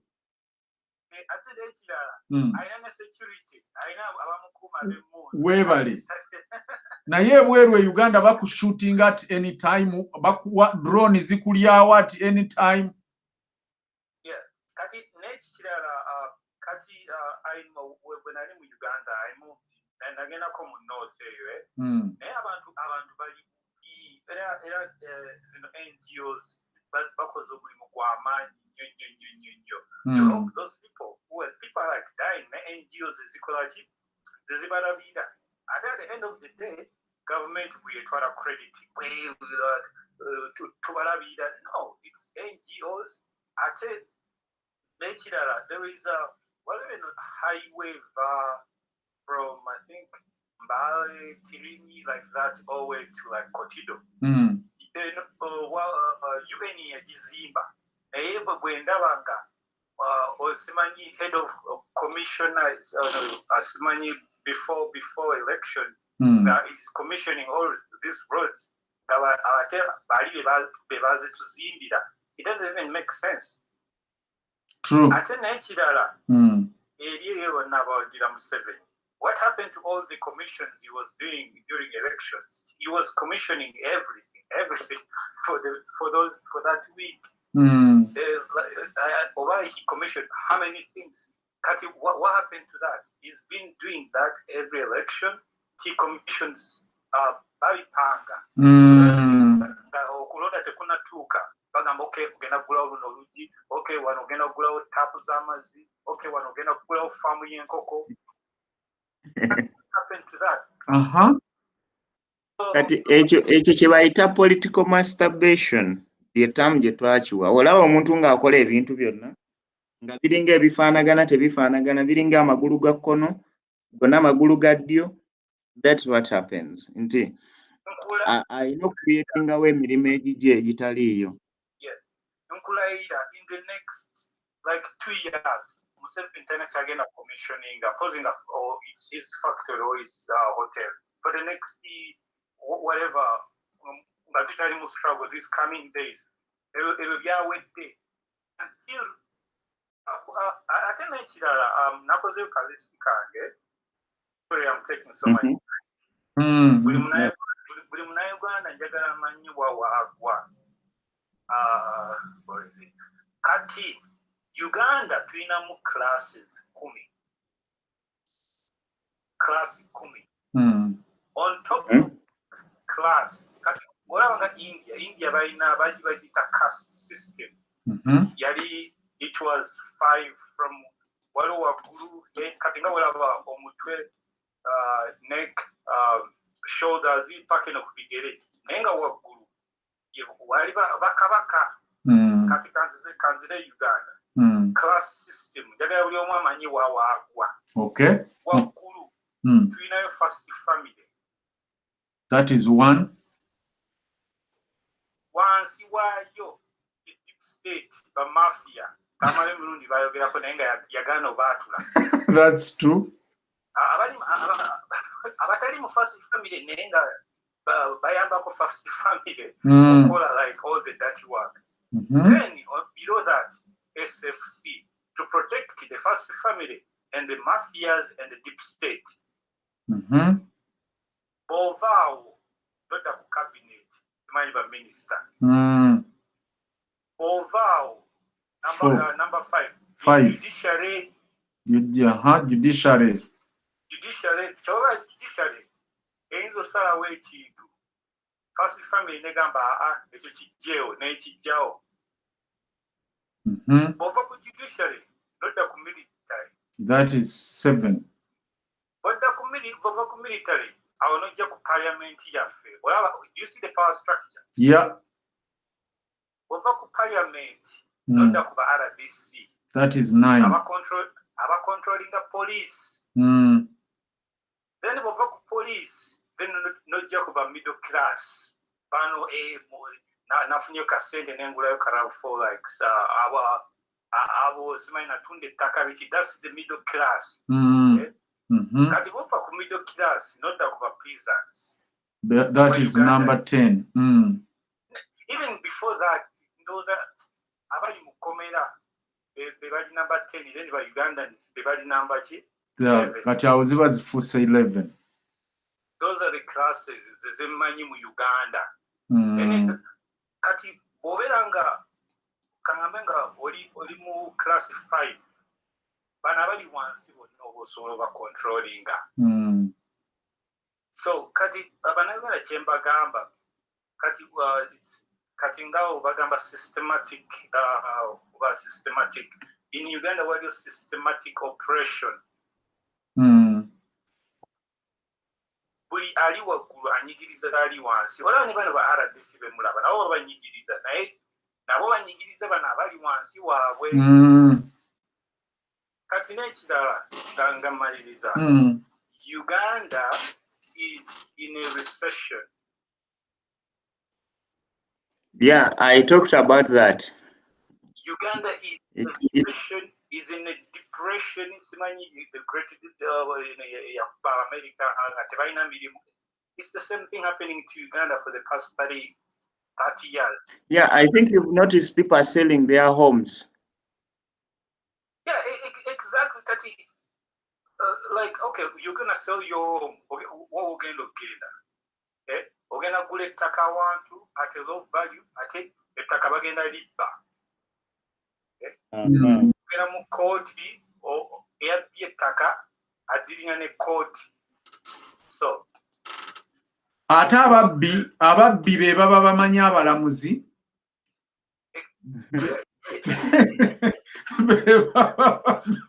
Kati omubbi ate yaba agoba nnyini bintu.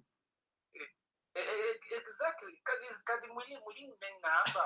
Kati okay, I'm abroad. Kati mpereze sente zange Uganda. era mbeerawo neeraliikirire stress zinkube. Why don't I keep my money? Unless I invest maybe in stocks, yeah, or something like in that. stocks or bitcoins and whatever. Era tulina okuleetayo topic around that. Bannayuganda bali mu diaspora. Basooke bapozinge.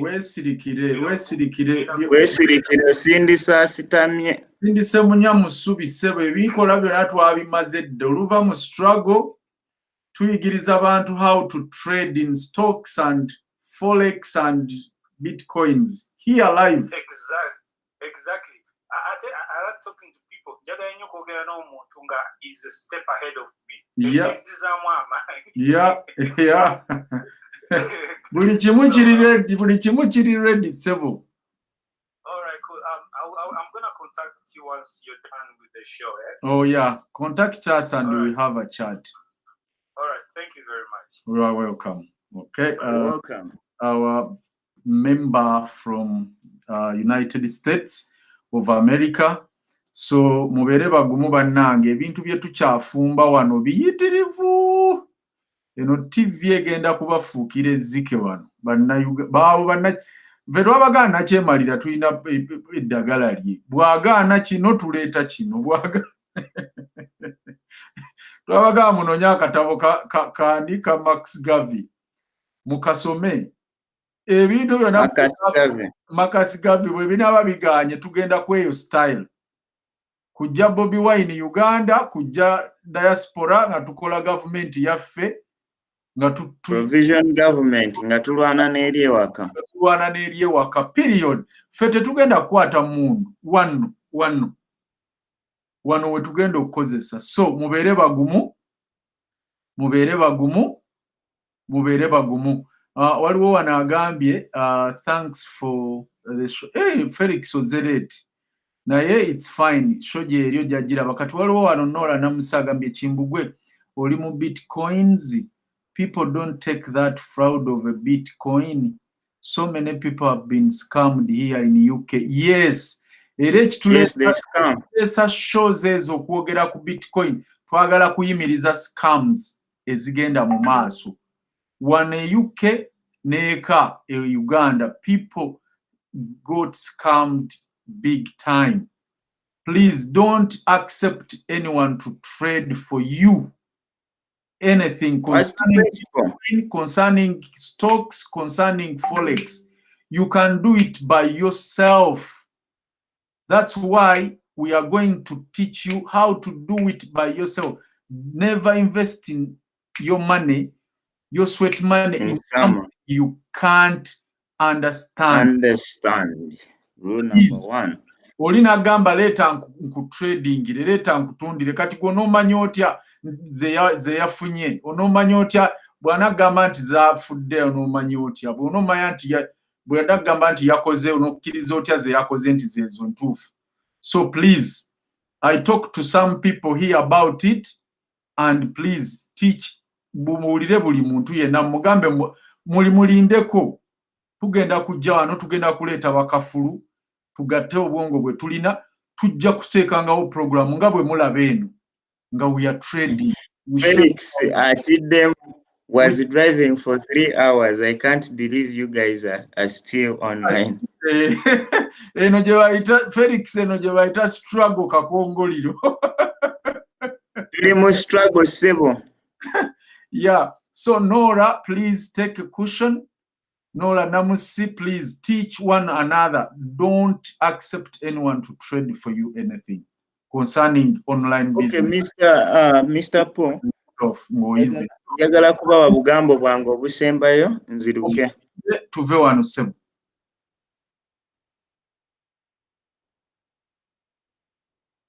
Sebo tulinze gwe. Okay. Era mbatute ku nyukuta bagita URL. This is a cliche these days. Yeah. U stands for unlearn. R stands for relearn and learn. This is the same word kinda, but they serve different purposes. Like someone has just commented about Bitcoin. Maybe you just need to first unlearn that and relearn something before you learn something new. This applies also in our political situation. That we had the old politics, right? It has taken ages and ages. We've been ringing the alarm. They are not waking up. Their problem is unlearning things because they are stuck somewhere. But if they started before, it's in computer language, I think it could be something like rebooting a computer, right? You restart. That is the first step in learning new things and accepting new situations or new realities. Obadde mugagga gundi Museveni government bakubbi kkiriza embeera. Do not just go astray. Unlearn that I was a rich person, then you move on. And then you accept that class. You will learn new things. Obadde musomesa naye amasomero bagaggadde. Sooka oteeke ekyoka ebbali yiga ku kintu ekirala. That is how societies change. Kyova olaba nti no today, those of you are guarding Yoweri Museveni's government in power by stealing Uganda's victory. You have forgotten one thing, that you had to unlearn one thing, that actually we can have a civilian government and also we can have a government coming into power without any single bullet. If we could only unlearn one thing, that Bobi Wine is not supposed to be treated like a VCJ, we could be far. But we cannot justify always that ABCD was, a VCJ was also treated this way. That, ABCD was also beaten. Though they are bad things, we will continue to normalize them because our brains are so stuck in the bad situation. So we tend not to learn. Actually, a year comes and goes when actually, that's why I think people say age is just number, because there are some people who have just been roaming in life. We have been a roaming country. We are just roaming. It's like we do not have a direction because those at the top, they are not training us to unlearn, relearn things that are good. We could relearn new things like having the social capital that cared for everyone. And also we can learn that politics is not meant for politicians alone. True. Permit me to stop here. Thank you very much. Sebo nga tunagenda batukoleddeyo kagundi akalala. Yes, nkalengedde. Nasi from Amsterdam, one of our best. Banange tweyanza nnyo Nasimu. Bwamina Alex bwoba kwoli kantu kondoozo okalabye. Speed, tukolera ku speed. Guno mulembe gwa Kyagulanyi speed. So, mulabye gundi eyo, do you know who sponsors Uganda genocide? Scan Ugandan genocide? QR code. Yes. Scan QR code. Kati oli bw'ateeka wano kamera ye. Ng'emutwala ku page eri eriko ba sponsor abo. Because ebintu bye twagala okuwandiika bingi. Oba biba mu details tetusobola bissa ku flyer eno tu. Flyer tojja giteekako mirambo. Tojja gissaako bantu beekasese be baayokya nga bali bwereere be batta nga babambudde abakazi. Tojja kuteekako mirambo naye oli bw'asikaninga QR code eno ejja mutwala ewali emirambo n'ebintu byonna Museveni byakoze. That's why tubadde tubagamba all the time. Let us correct all the information. Let us correct all the information. So kati buli agirina kye kiseera okujja on board tukole ebintu bino. Okay? Tutandika okulabisa gaayo ono. Tutandika okumulabisa kuba Kyagulanyi yagamba tumulabise. Ensi gye yali alimba nti wa mutawaana, ensi gye yali alimba nti is a democratic person emulabe. So ebintu bino tugenda kutandika obiteekayo banaye bwe tubisaayo ku Kimbugo Live mu bisharinge eno flyer gye tugenda okudiscussinga to mobilizinga akasente tugiprinting out ate tugenda kuprinting emu tugenda kukola different flyers with different messages with different documents. Tugenda kumala kufuna eyo Somalia tugiteeke wali kuba eyo Somalia egenda direct ku EU ye sponsoringa amajege tutwale Somalia ye sponsoringa Somalia project mulage ensi nti eyo gundi mission ye Somalia it's a scam. So waliwo agambye wano, is it possible to use yellow color on the word genocide? Okay, that is good because our flag is red, black and yellow. Yes, Nasifu awulira kwa ali live agenda tukolera flyer era tomorrow tujja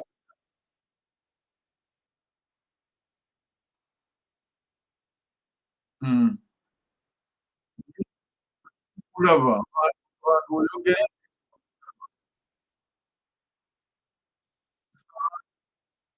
abantu tebakulaba kamera yo yavuddeko ssebo.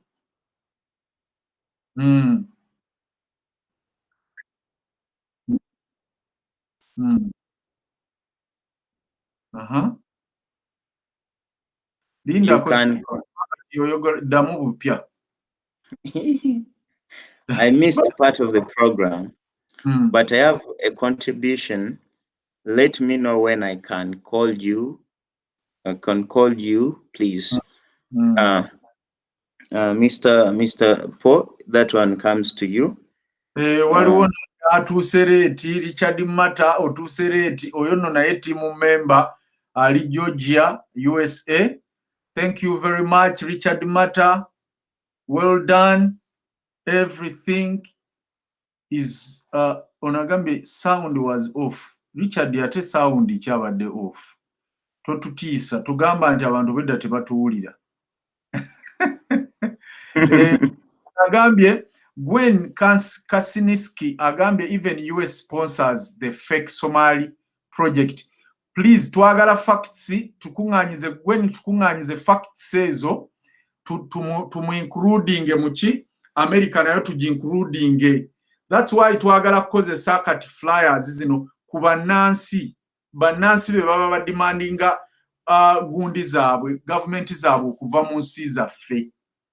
Tetukyabagalayo be balemezezzaako mu 7. Please mutuweereze facts ezo. Please mutuweereze facts to including in each and everything. Ono omusajja tugenda mutwala. Bobi Wine yabagana ono omusajja tugenda mutwala. Mwaka akantu ke wakundi ke yepankira munagambe I'm of t-shirt with eye-catching photo, sensitive and traumatizing picture. Anti kati ebifaananyi ebyo ebimu tebikkirizibwa munnange birina rights era olaba ne bw'okisa ku Facebook bakibikka omuntu n'abanga ayina kukirikinga akirabe ye nga yayagadde kati ate ku t-shirt oba poster toyina that option. That's why baba posters bajja zigaana. That's why twavuddeyo neno strategy nti ffe tukola ka flyer nga kaliko bigambo eri link emutwala ku kye twagala amanye oba alabe ne tugissa mu QR code nga bw'ateekako kamera y'essimu ye ku QR code eyo boom emutwala ku website oba Facebook page oba Twitter page oba Instagram page okuli ekyo. Then n'akalala kenjagala obalekera nga mbasiibula. Mugulewo Twitter, mugulewo Instagram, mugulewo Facebook. Ebyo bye bintu bye tugenda okukozesa okulwana olutalo luno. And the best thing in all that is bw'opostinga ng'okozesa Instagram yo oba through your Instagram. Waliwo settings z'olina okukola era tujja zibalagirira. post eyo jossa ku Instagram n'ekifaananyi bepa olutekayo ekifaananyi ng'ossaako yo wording oba postings at the same time ku yo Twitter ne era post egenda at the same time ku yo Facebook. So abantu abasinga mwebuuza nti omuntu akikola atya na posting eno na posting eri kuba gwe abamu mwagala o posting eno ate n'oggulawo Instagram ate n'oggulawo Twitter okozesa obeera opostinga ku Instagram yokka Instagram ne postinga ku Twitter ne postinga ne ku Facebook. Tugenda kudda n'omusomo ogwo tubayigirize bwe mukikola. So bannange naffe katugende tuwummuleko gwate maama twazza gwaki omuzengalabi nalime wagonda aterana nnyo ezaala bamuganda waffe Lumbuye dye kampu muzengalabi yange naffe twagala kuwummuza ku ngalabi yaffe. Mwebale nnyo mwebalire ddala tubeebaza nnyo. Team member waffe Nasifu agenda kukola kyemusabye enkya tujja kudda nakyo akatale keka Sylvia OA Kabito. You can contact me on my messenger. Ngenda kubanga nkulinze nga poa kwasaganya ebirala. Okay. Yes.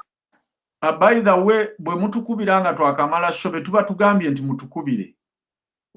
Tuba tukyaliwo fembi. Tuba tusobola okwogereganya nammwe fembi nga tuba tetunnaawukana naye bw'olwawo tuba twawukanye. Oluusi oba tojja kutuwulira. So Richard Mata agambye ava kupakasa kulikayo nnyo bade webali nnyo webalire ddala kutumiddeko nnyo Jovan Mata. Jovan waali wano talina buzibu bwonna ali awo ava kulya gundi pasta omanye eyitale teri mmere endala kyobola bawangaala alya pasta ekyemisana n'ekyeggulo omanye okuwangaala okulya eyitale. So kale katubatumireko nga tumaliriza tutumira ku Rebecca Sylvia OK Kabito, Pamela Mirembe, Felix Oyet Dayet, Siza oli bigi oli munene nesi basiza OK abamu batera okwetuuma Siza gamba onkubire tonkubira simanyi kigenda maaso. Then Gwen Kasiniski webale nnyo. Then ani omulawa wano Raf tukwagala nnyo. Aidan wa Bobi, you are so big.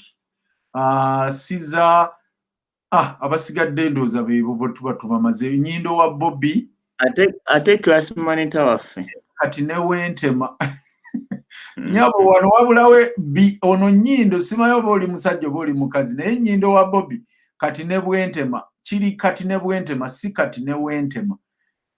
Teekawo byawo between E and W. Then Dorothy Kabaseke, good night too. Stephen Gava, live and clear from Geobaga, South Africa. Gamba atya kojja wange nange munange ndi wano mujjwa jangu nkuwa omutwe bw'onoyitako eno ojja n'ekikapu mwotwalira omutwe omujjwa. Then la Congolese era gwojja leeti. Good night ba mikwano from Canada banange.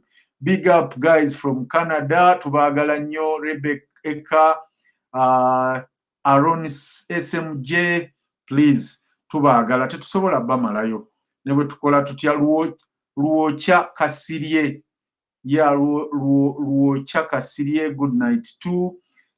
Ndowooza beebo kale ebisigadde tugenda kusigala nga tukwatagana wano. Katonda Roger gwe Katonda thanks guys thank you too. Mbadde siwulirangayo Katonda mbadde mpulira ba Godfrey babya Katonda naye ndowooza ne Katonda nalyo balituuma. Sembayo neyo advice please. Which advice? Nyindo wa Bobi advice ki? Because advice tubadde tuzimaze. I missed you guys. Robert Sebandeke please. Ng'olabye mulangira Sebandeke ozereeti naye n'enkya tujja kukomawo totya tofaayo. Amal Dembe oba Seseki. Kale tetujja kubanga tusukka waawo advice gy'otusabye ennyindo tetugitegedde. No please with his vulgar language, let him stay on his page. Ani oyo Nora namusisitegedde gw'obadde ogamba oyo alina vulgar language. Okay.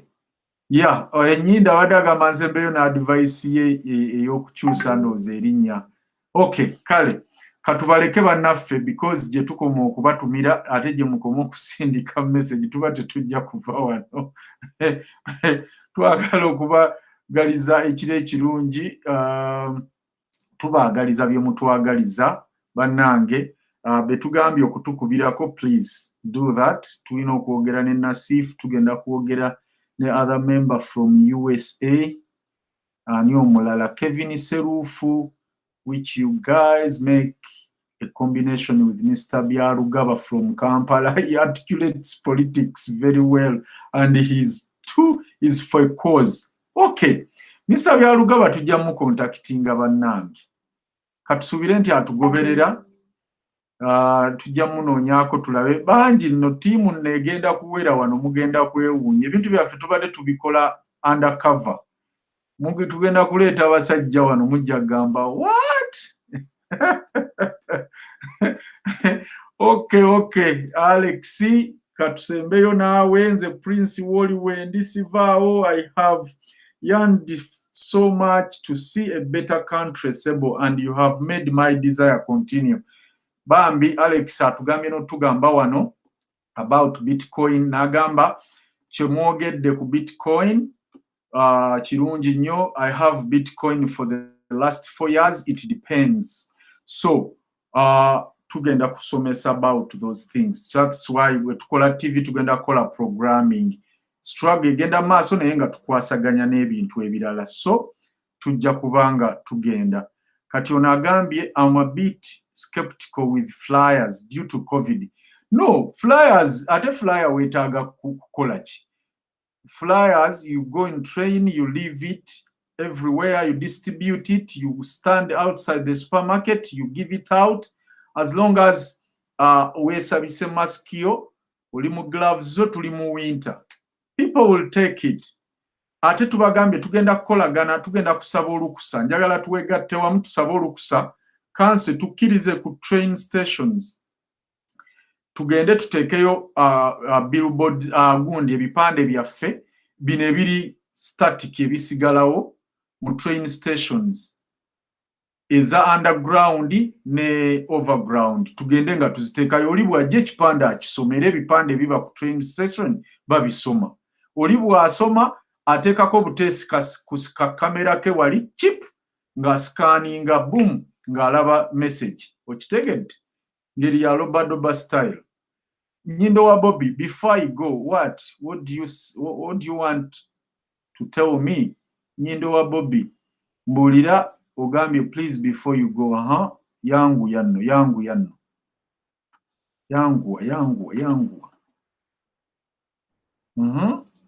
Nyindo wa Bobi, comment yeganye okujja. Ninda kuddukako. My phone big bang.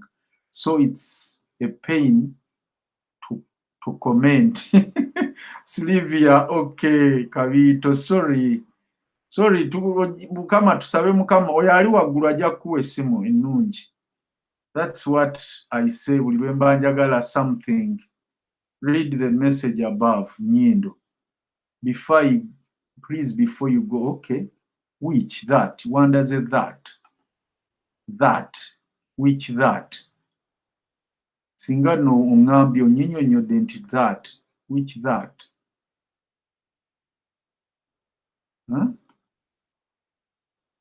Nyindo sembayo neyo advice please. Which advice? Host MC Norman Ganja next. Hey, kanzubire Bobi obadde ogamba eya hosting Norman Ganja.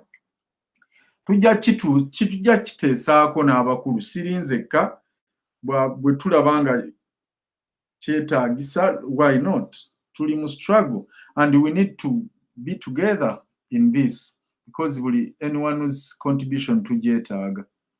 Okay, and those are yeyo.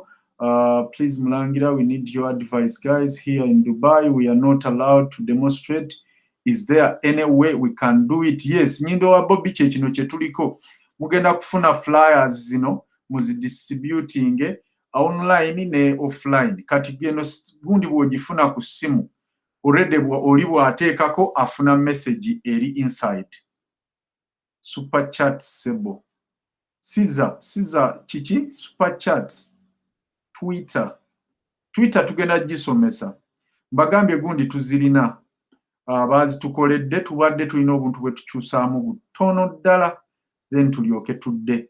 So na bino byonna tugenda biririzinga kati bye tukola. We are going to release them at once when they are okay and everything kwekiri designed, so that tubitalumu. Twagala kutaayo, omanyi ono musajja bw'otaayo akantu katono n'akadigestinga mugenda okuleeta akalala nga ateredde. Naye we mubitta kumukumu, bumu tuba tuteeno ne tugaa nti eno tuvuga week, tuvuga 7 days oba 14 days ng'eno oluvaako nga tuyiwa eno.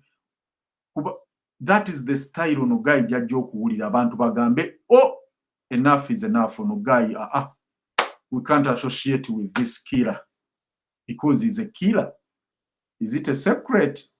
That guy is a killer. So, guys, kambaleke. Onagambye, High Prince, Fred Musoke. High Prince, did you go through the evidence I sent? Mukwano, bwonsindikira any evidence, nteerako message.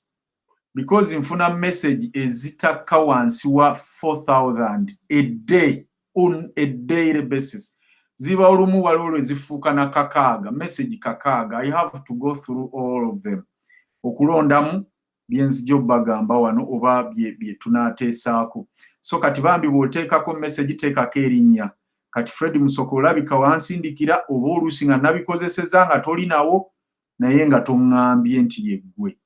So please damusindikire ka message wano nga nakavaawo of we have a computer person asobola okukola those add-ons whereby it comes automatically, especially buli ali ku platform.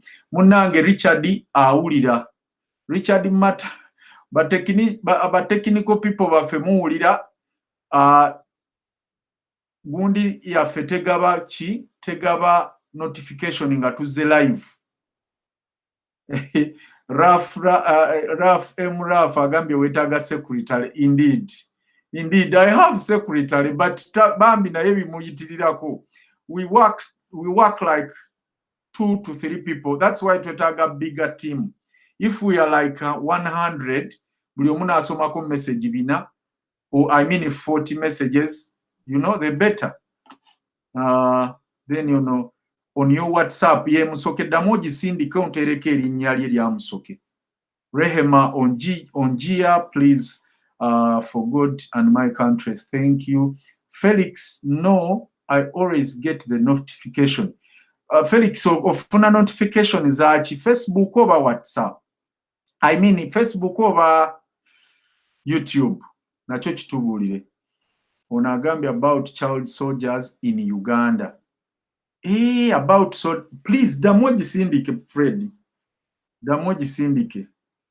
Era tusobola n'okwogera because we are profiling about that case. Ey'abaana abapoliisi nabagayi company twazifunye ziba recruitinga. Felix agambye ya Facebook eri fine. Naye tukyayagala bwino ddala company ezo tugenda ze exposinga wano era nazo tukole flyer. Era naye etambule worldwide kati abaziteekamu ssente bakimanye. Waliwo eyangambye about project ya North Korea Uganda ne Museveni. Please twetaaga more information about that project nayo tugikolere flyer. We expose it. Twebe exposing. Okay? Mutubuulire buli kimu ono guy tugenda mukuba in Robadoba style. style gyatategerangako nabagamba bano abantu bo bamanyi byasi bakula bamanyi mundu yokka yerwana naye ate nga ffe tukola ki tusobola okukozesa essimu zaffe computer knowledge maybe ne vaccine ze baatukozesa kuba batulangira okutugema buli ssaawa munnange leero bwe baatugema balinga abaatuwa obwakabaka obw'omuggulu bannange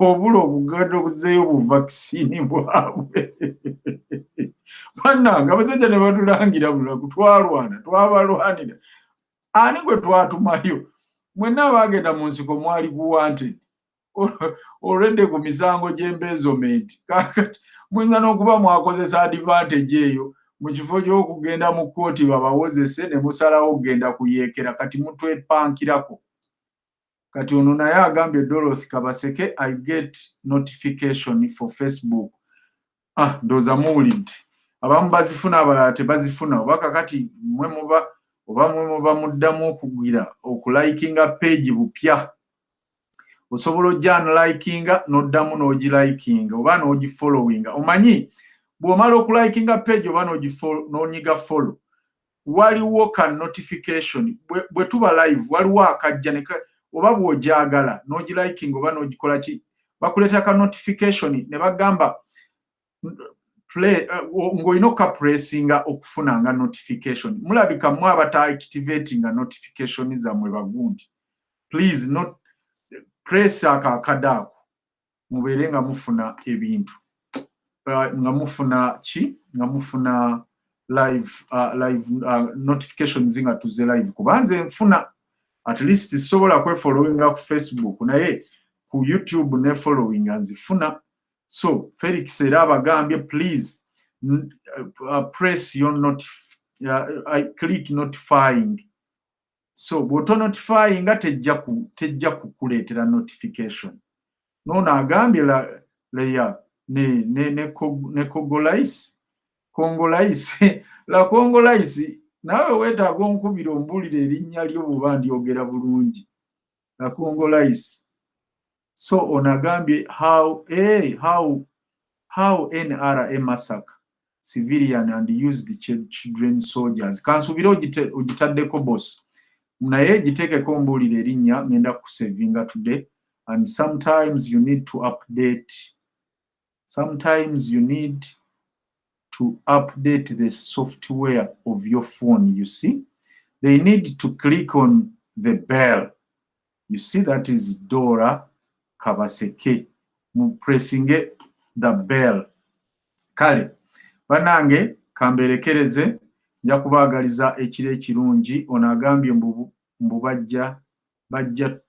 bajja tuli just 17 that was to me naye omwana wa 17 ate baamugema batya kati olwo kuba wa 17 oba wamalayo dda ddoozi yo owulidde so kakati ate ne batugema as if gavi yali yaabwe ate nno sente era za gavi ne bazirya eyo mwonna mwe muli battaso bye tubadde twogerako ne other groups ezaali ziyamba abantu ne bagenda okay kakati ono omwana ali fasta bannange akate mulowooza kagundi takakoze katukalabeko bwe kafaanana bassebo ne bannyabo mumbuulire oba katuufu mumbuulire oba ke katuufu akataddemu yero katukalabe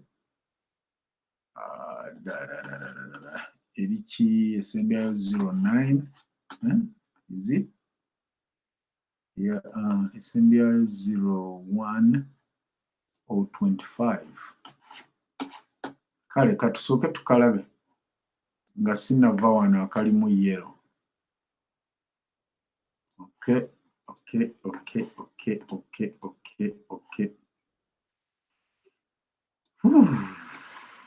kaakano akakoze akalimu yero kagamba do you know who sponsors Ugandan genocide? Scan QR code.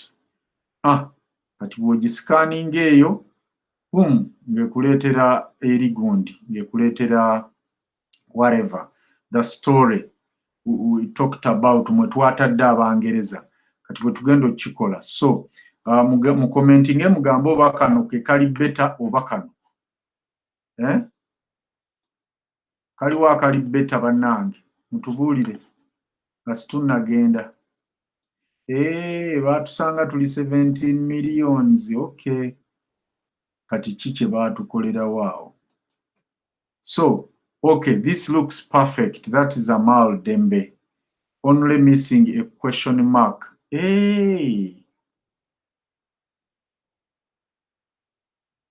Sebo, twetaaga question mark. Chovola ba designing tabwa.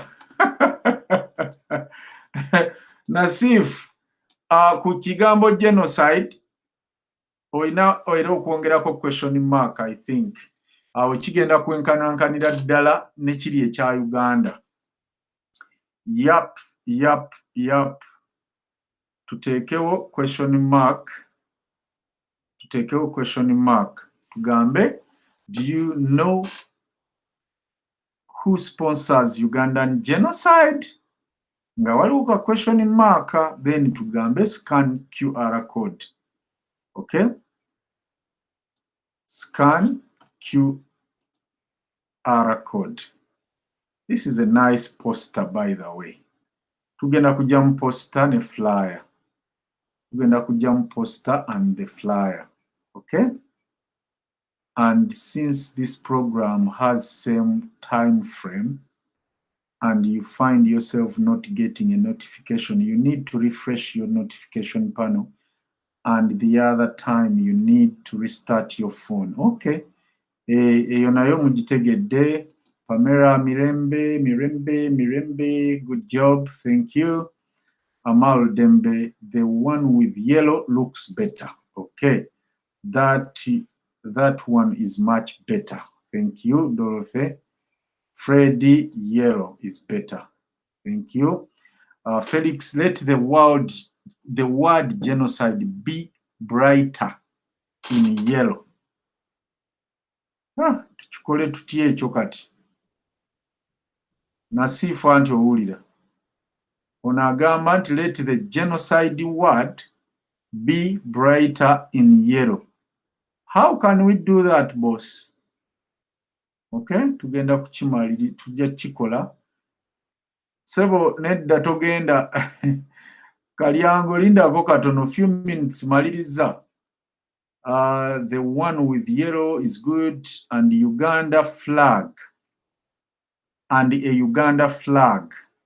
Okay. Kakati Nasif, olaba wano wansi wotadde buno bufaani busaako mwe watadde between ewali we watadde QR code kati te woboteeka Uganda flag mwobo busaako oba ebeere ya square naye nga it's a Uganda flag. Okay, side and side, so QR code ebeere in between Uganda flag. Omanyi sometimes ba designer bano bo balina bye baba balaba ffe bye tutalaba. They can explain why it looks like that. Kuba bw'ojjuzaako ate ebintu ebingi oba ebifaananyi ebingi ekintu kiruzinga value. Kati eriyo omuntu atayagala Uganda nga bw'anaalabako flag tajja kukasoma. Kakati muleke ebisinga babimanye after kukola ki kuscanninga QR code. Naye kati bwe tuneemulisa byonna tubiteeke wano. Eriya atayagala flag eyo, you know, aba Museveni bayinza okukikuba nga babagamba buli kantu ke mulabako flag temukabikkula. Mulimu virus. Naye kati wano tewali kintu kye baba ba-advertisinga nti temukibikkula. Temuteekako kamera zammwe. Naye kati bwe tuteekako flag tugenda kwerabisa nnyo. Ate ng'ekintu twagala kikuba mu lobadoba style. A brighter yellow crash with the rest of the poster. Amala ate kino kyoyogedde kansubire Nasifa akitegedde. Black and yellow. You either change the color of the word genocide all the color it was placed. Thanks, Mr. Chimbugwe and your team. Respect. We respect you so much also. Yeah, nasifu ayogedde. I mean, yategedde. Naye musigale nga mu commentinga because newe tuvaako comments tuzikala tuzisoma ne nasifu ajja kuzisoma. So, banange, awalungi tewaba wammwe. Nange kambeerekereze kubanga bannange obudde bwebwo ssaawa 6 wano Uganda ziri ssaawa 9 kati. Kale katusembeyo n'akayimba kaffe nga bulijjo. Nabagamba movie ya animation eri mu luyimba olwo bagita Ants, The Ants, muginoonye. Nali sirabanga ku Dictator ali mu movie ya Ntiru lwe nalaba mu 7. Abanyumirwa animation movies. That is the movie gye twateeka mu luyimba olwo mu lunyumirwe. Musule bulungi, mbagaliza bye munjagaliza. God bless you and God bless Uganda. Bye-bye.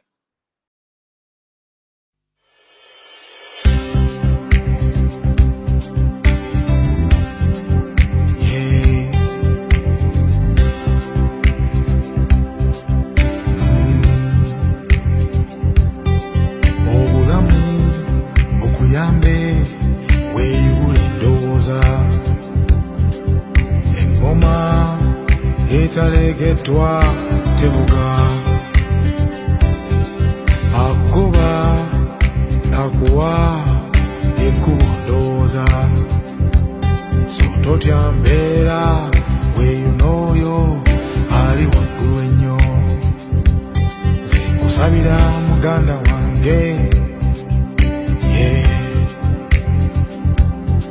nkusabira muganda wange nze nkusabira muganda wange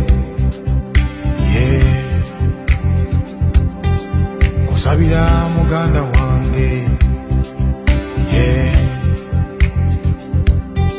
ensonga lwaki Museveni atutya kuba tuli bangi ate tuli babuufu ate twakwatagana ffe twasangibwa tuli wamu kitole ennume balugera ekulabigo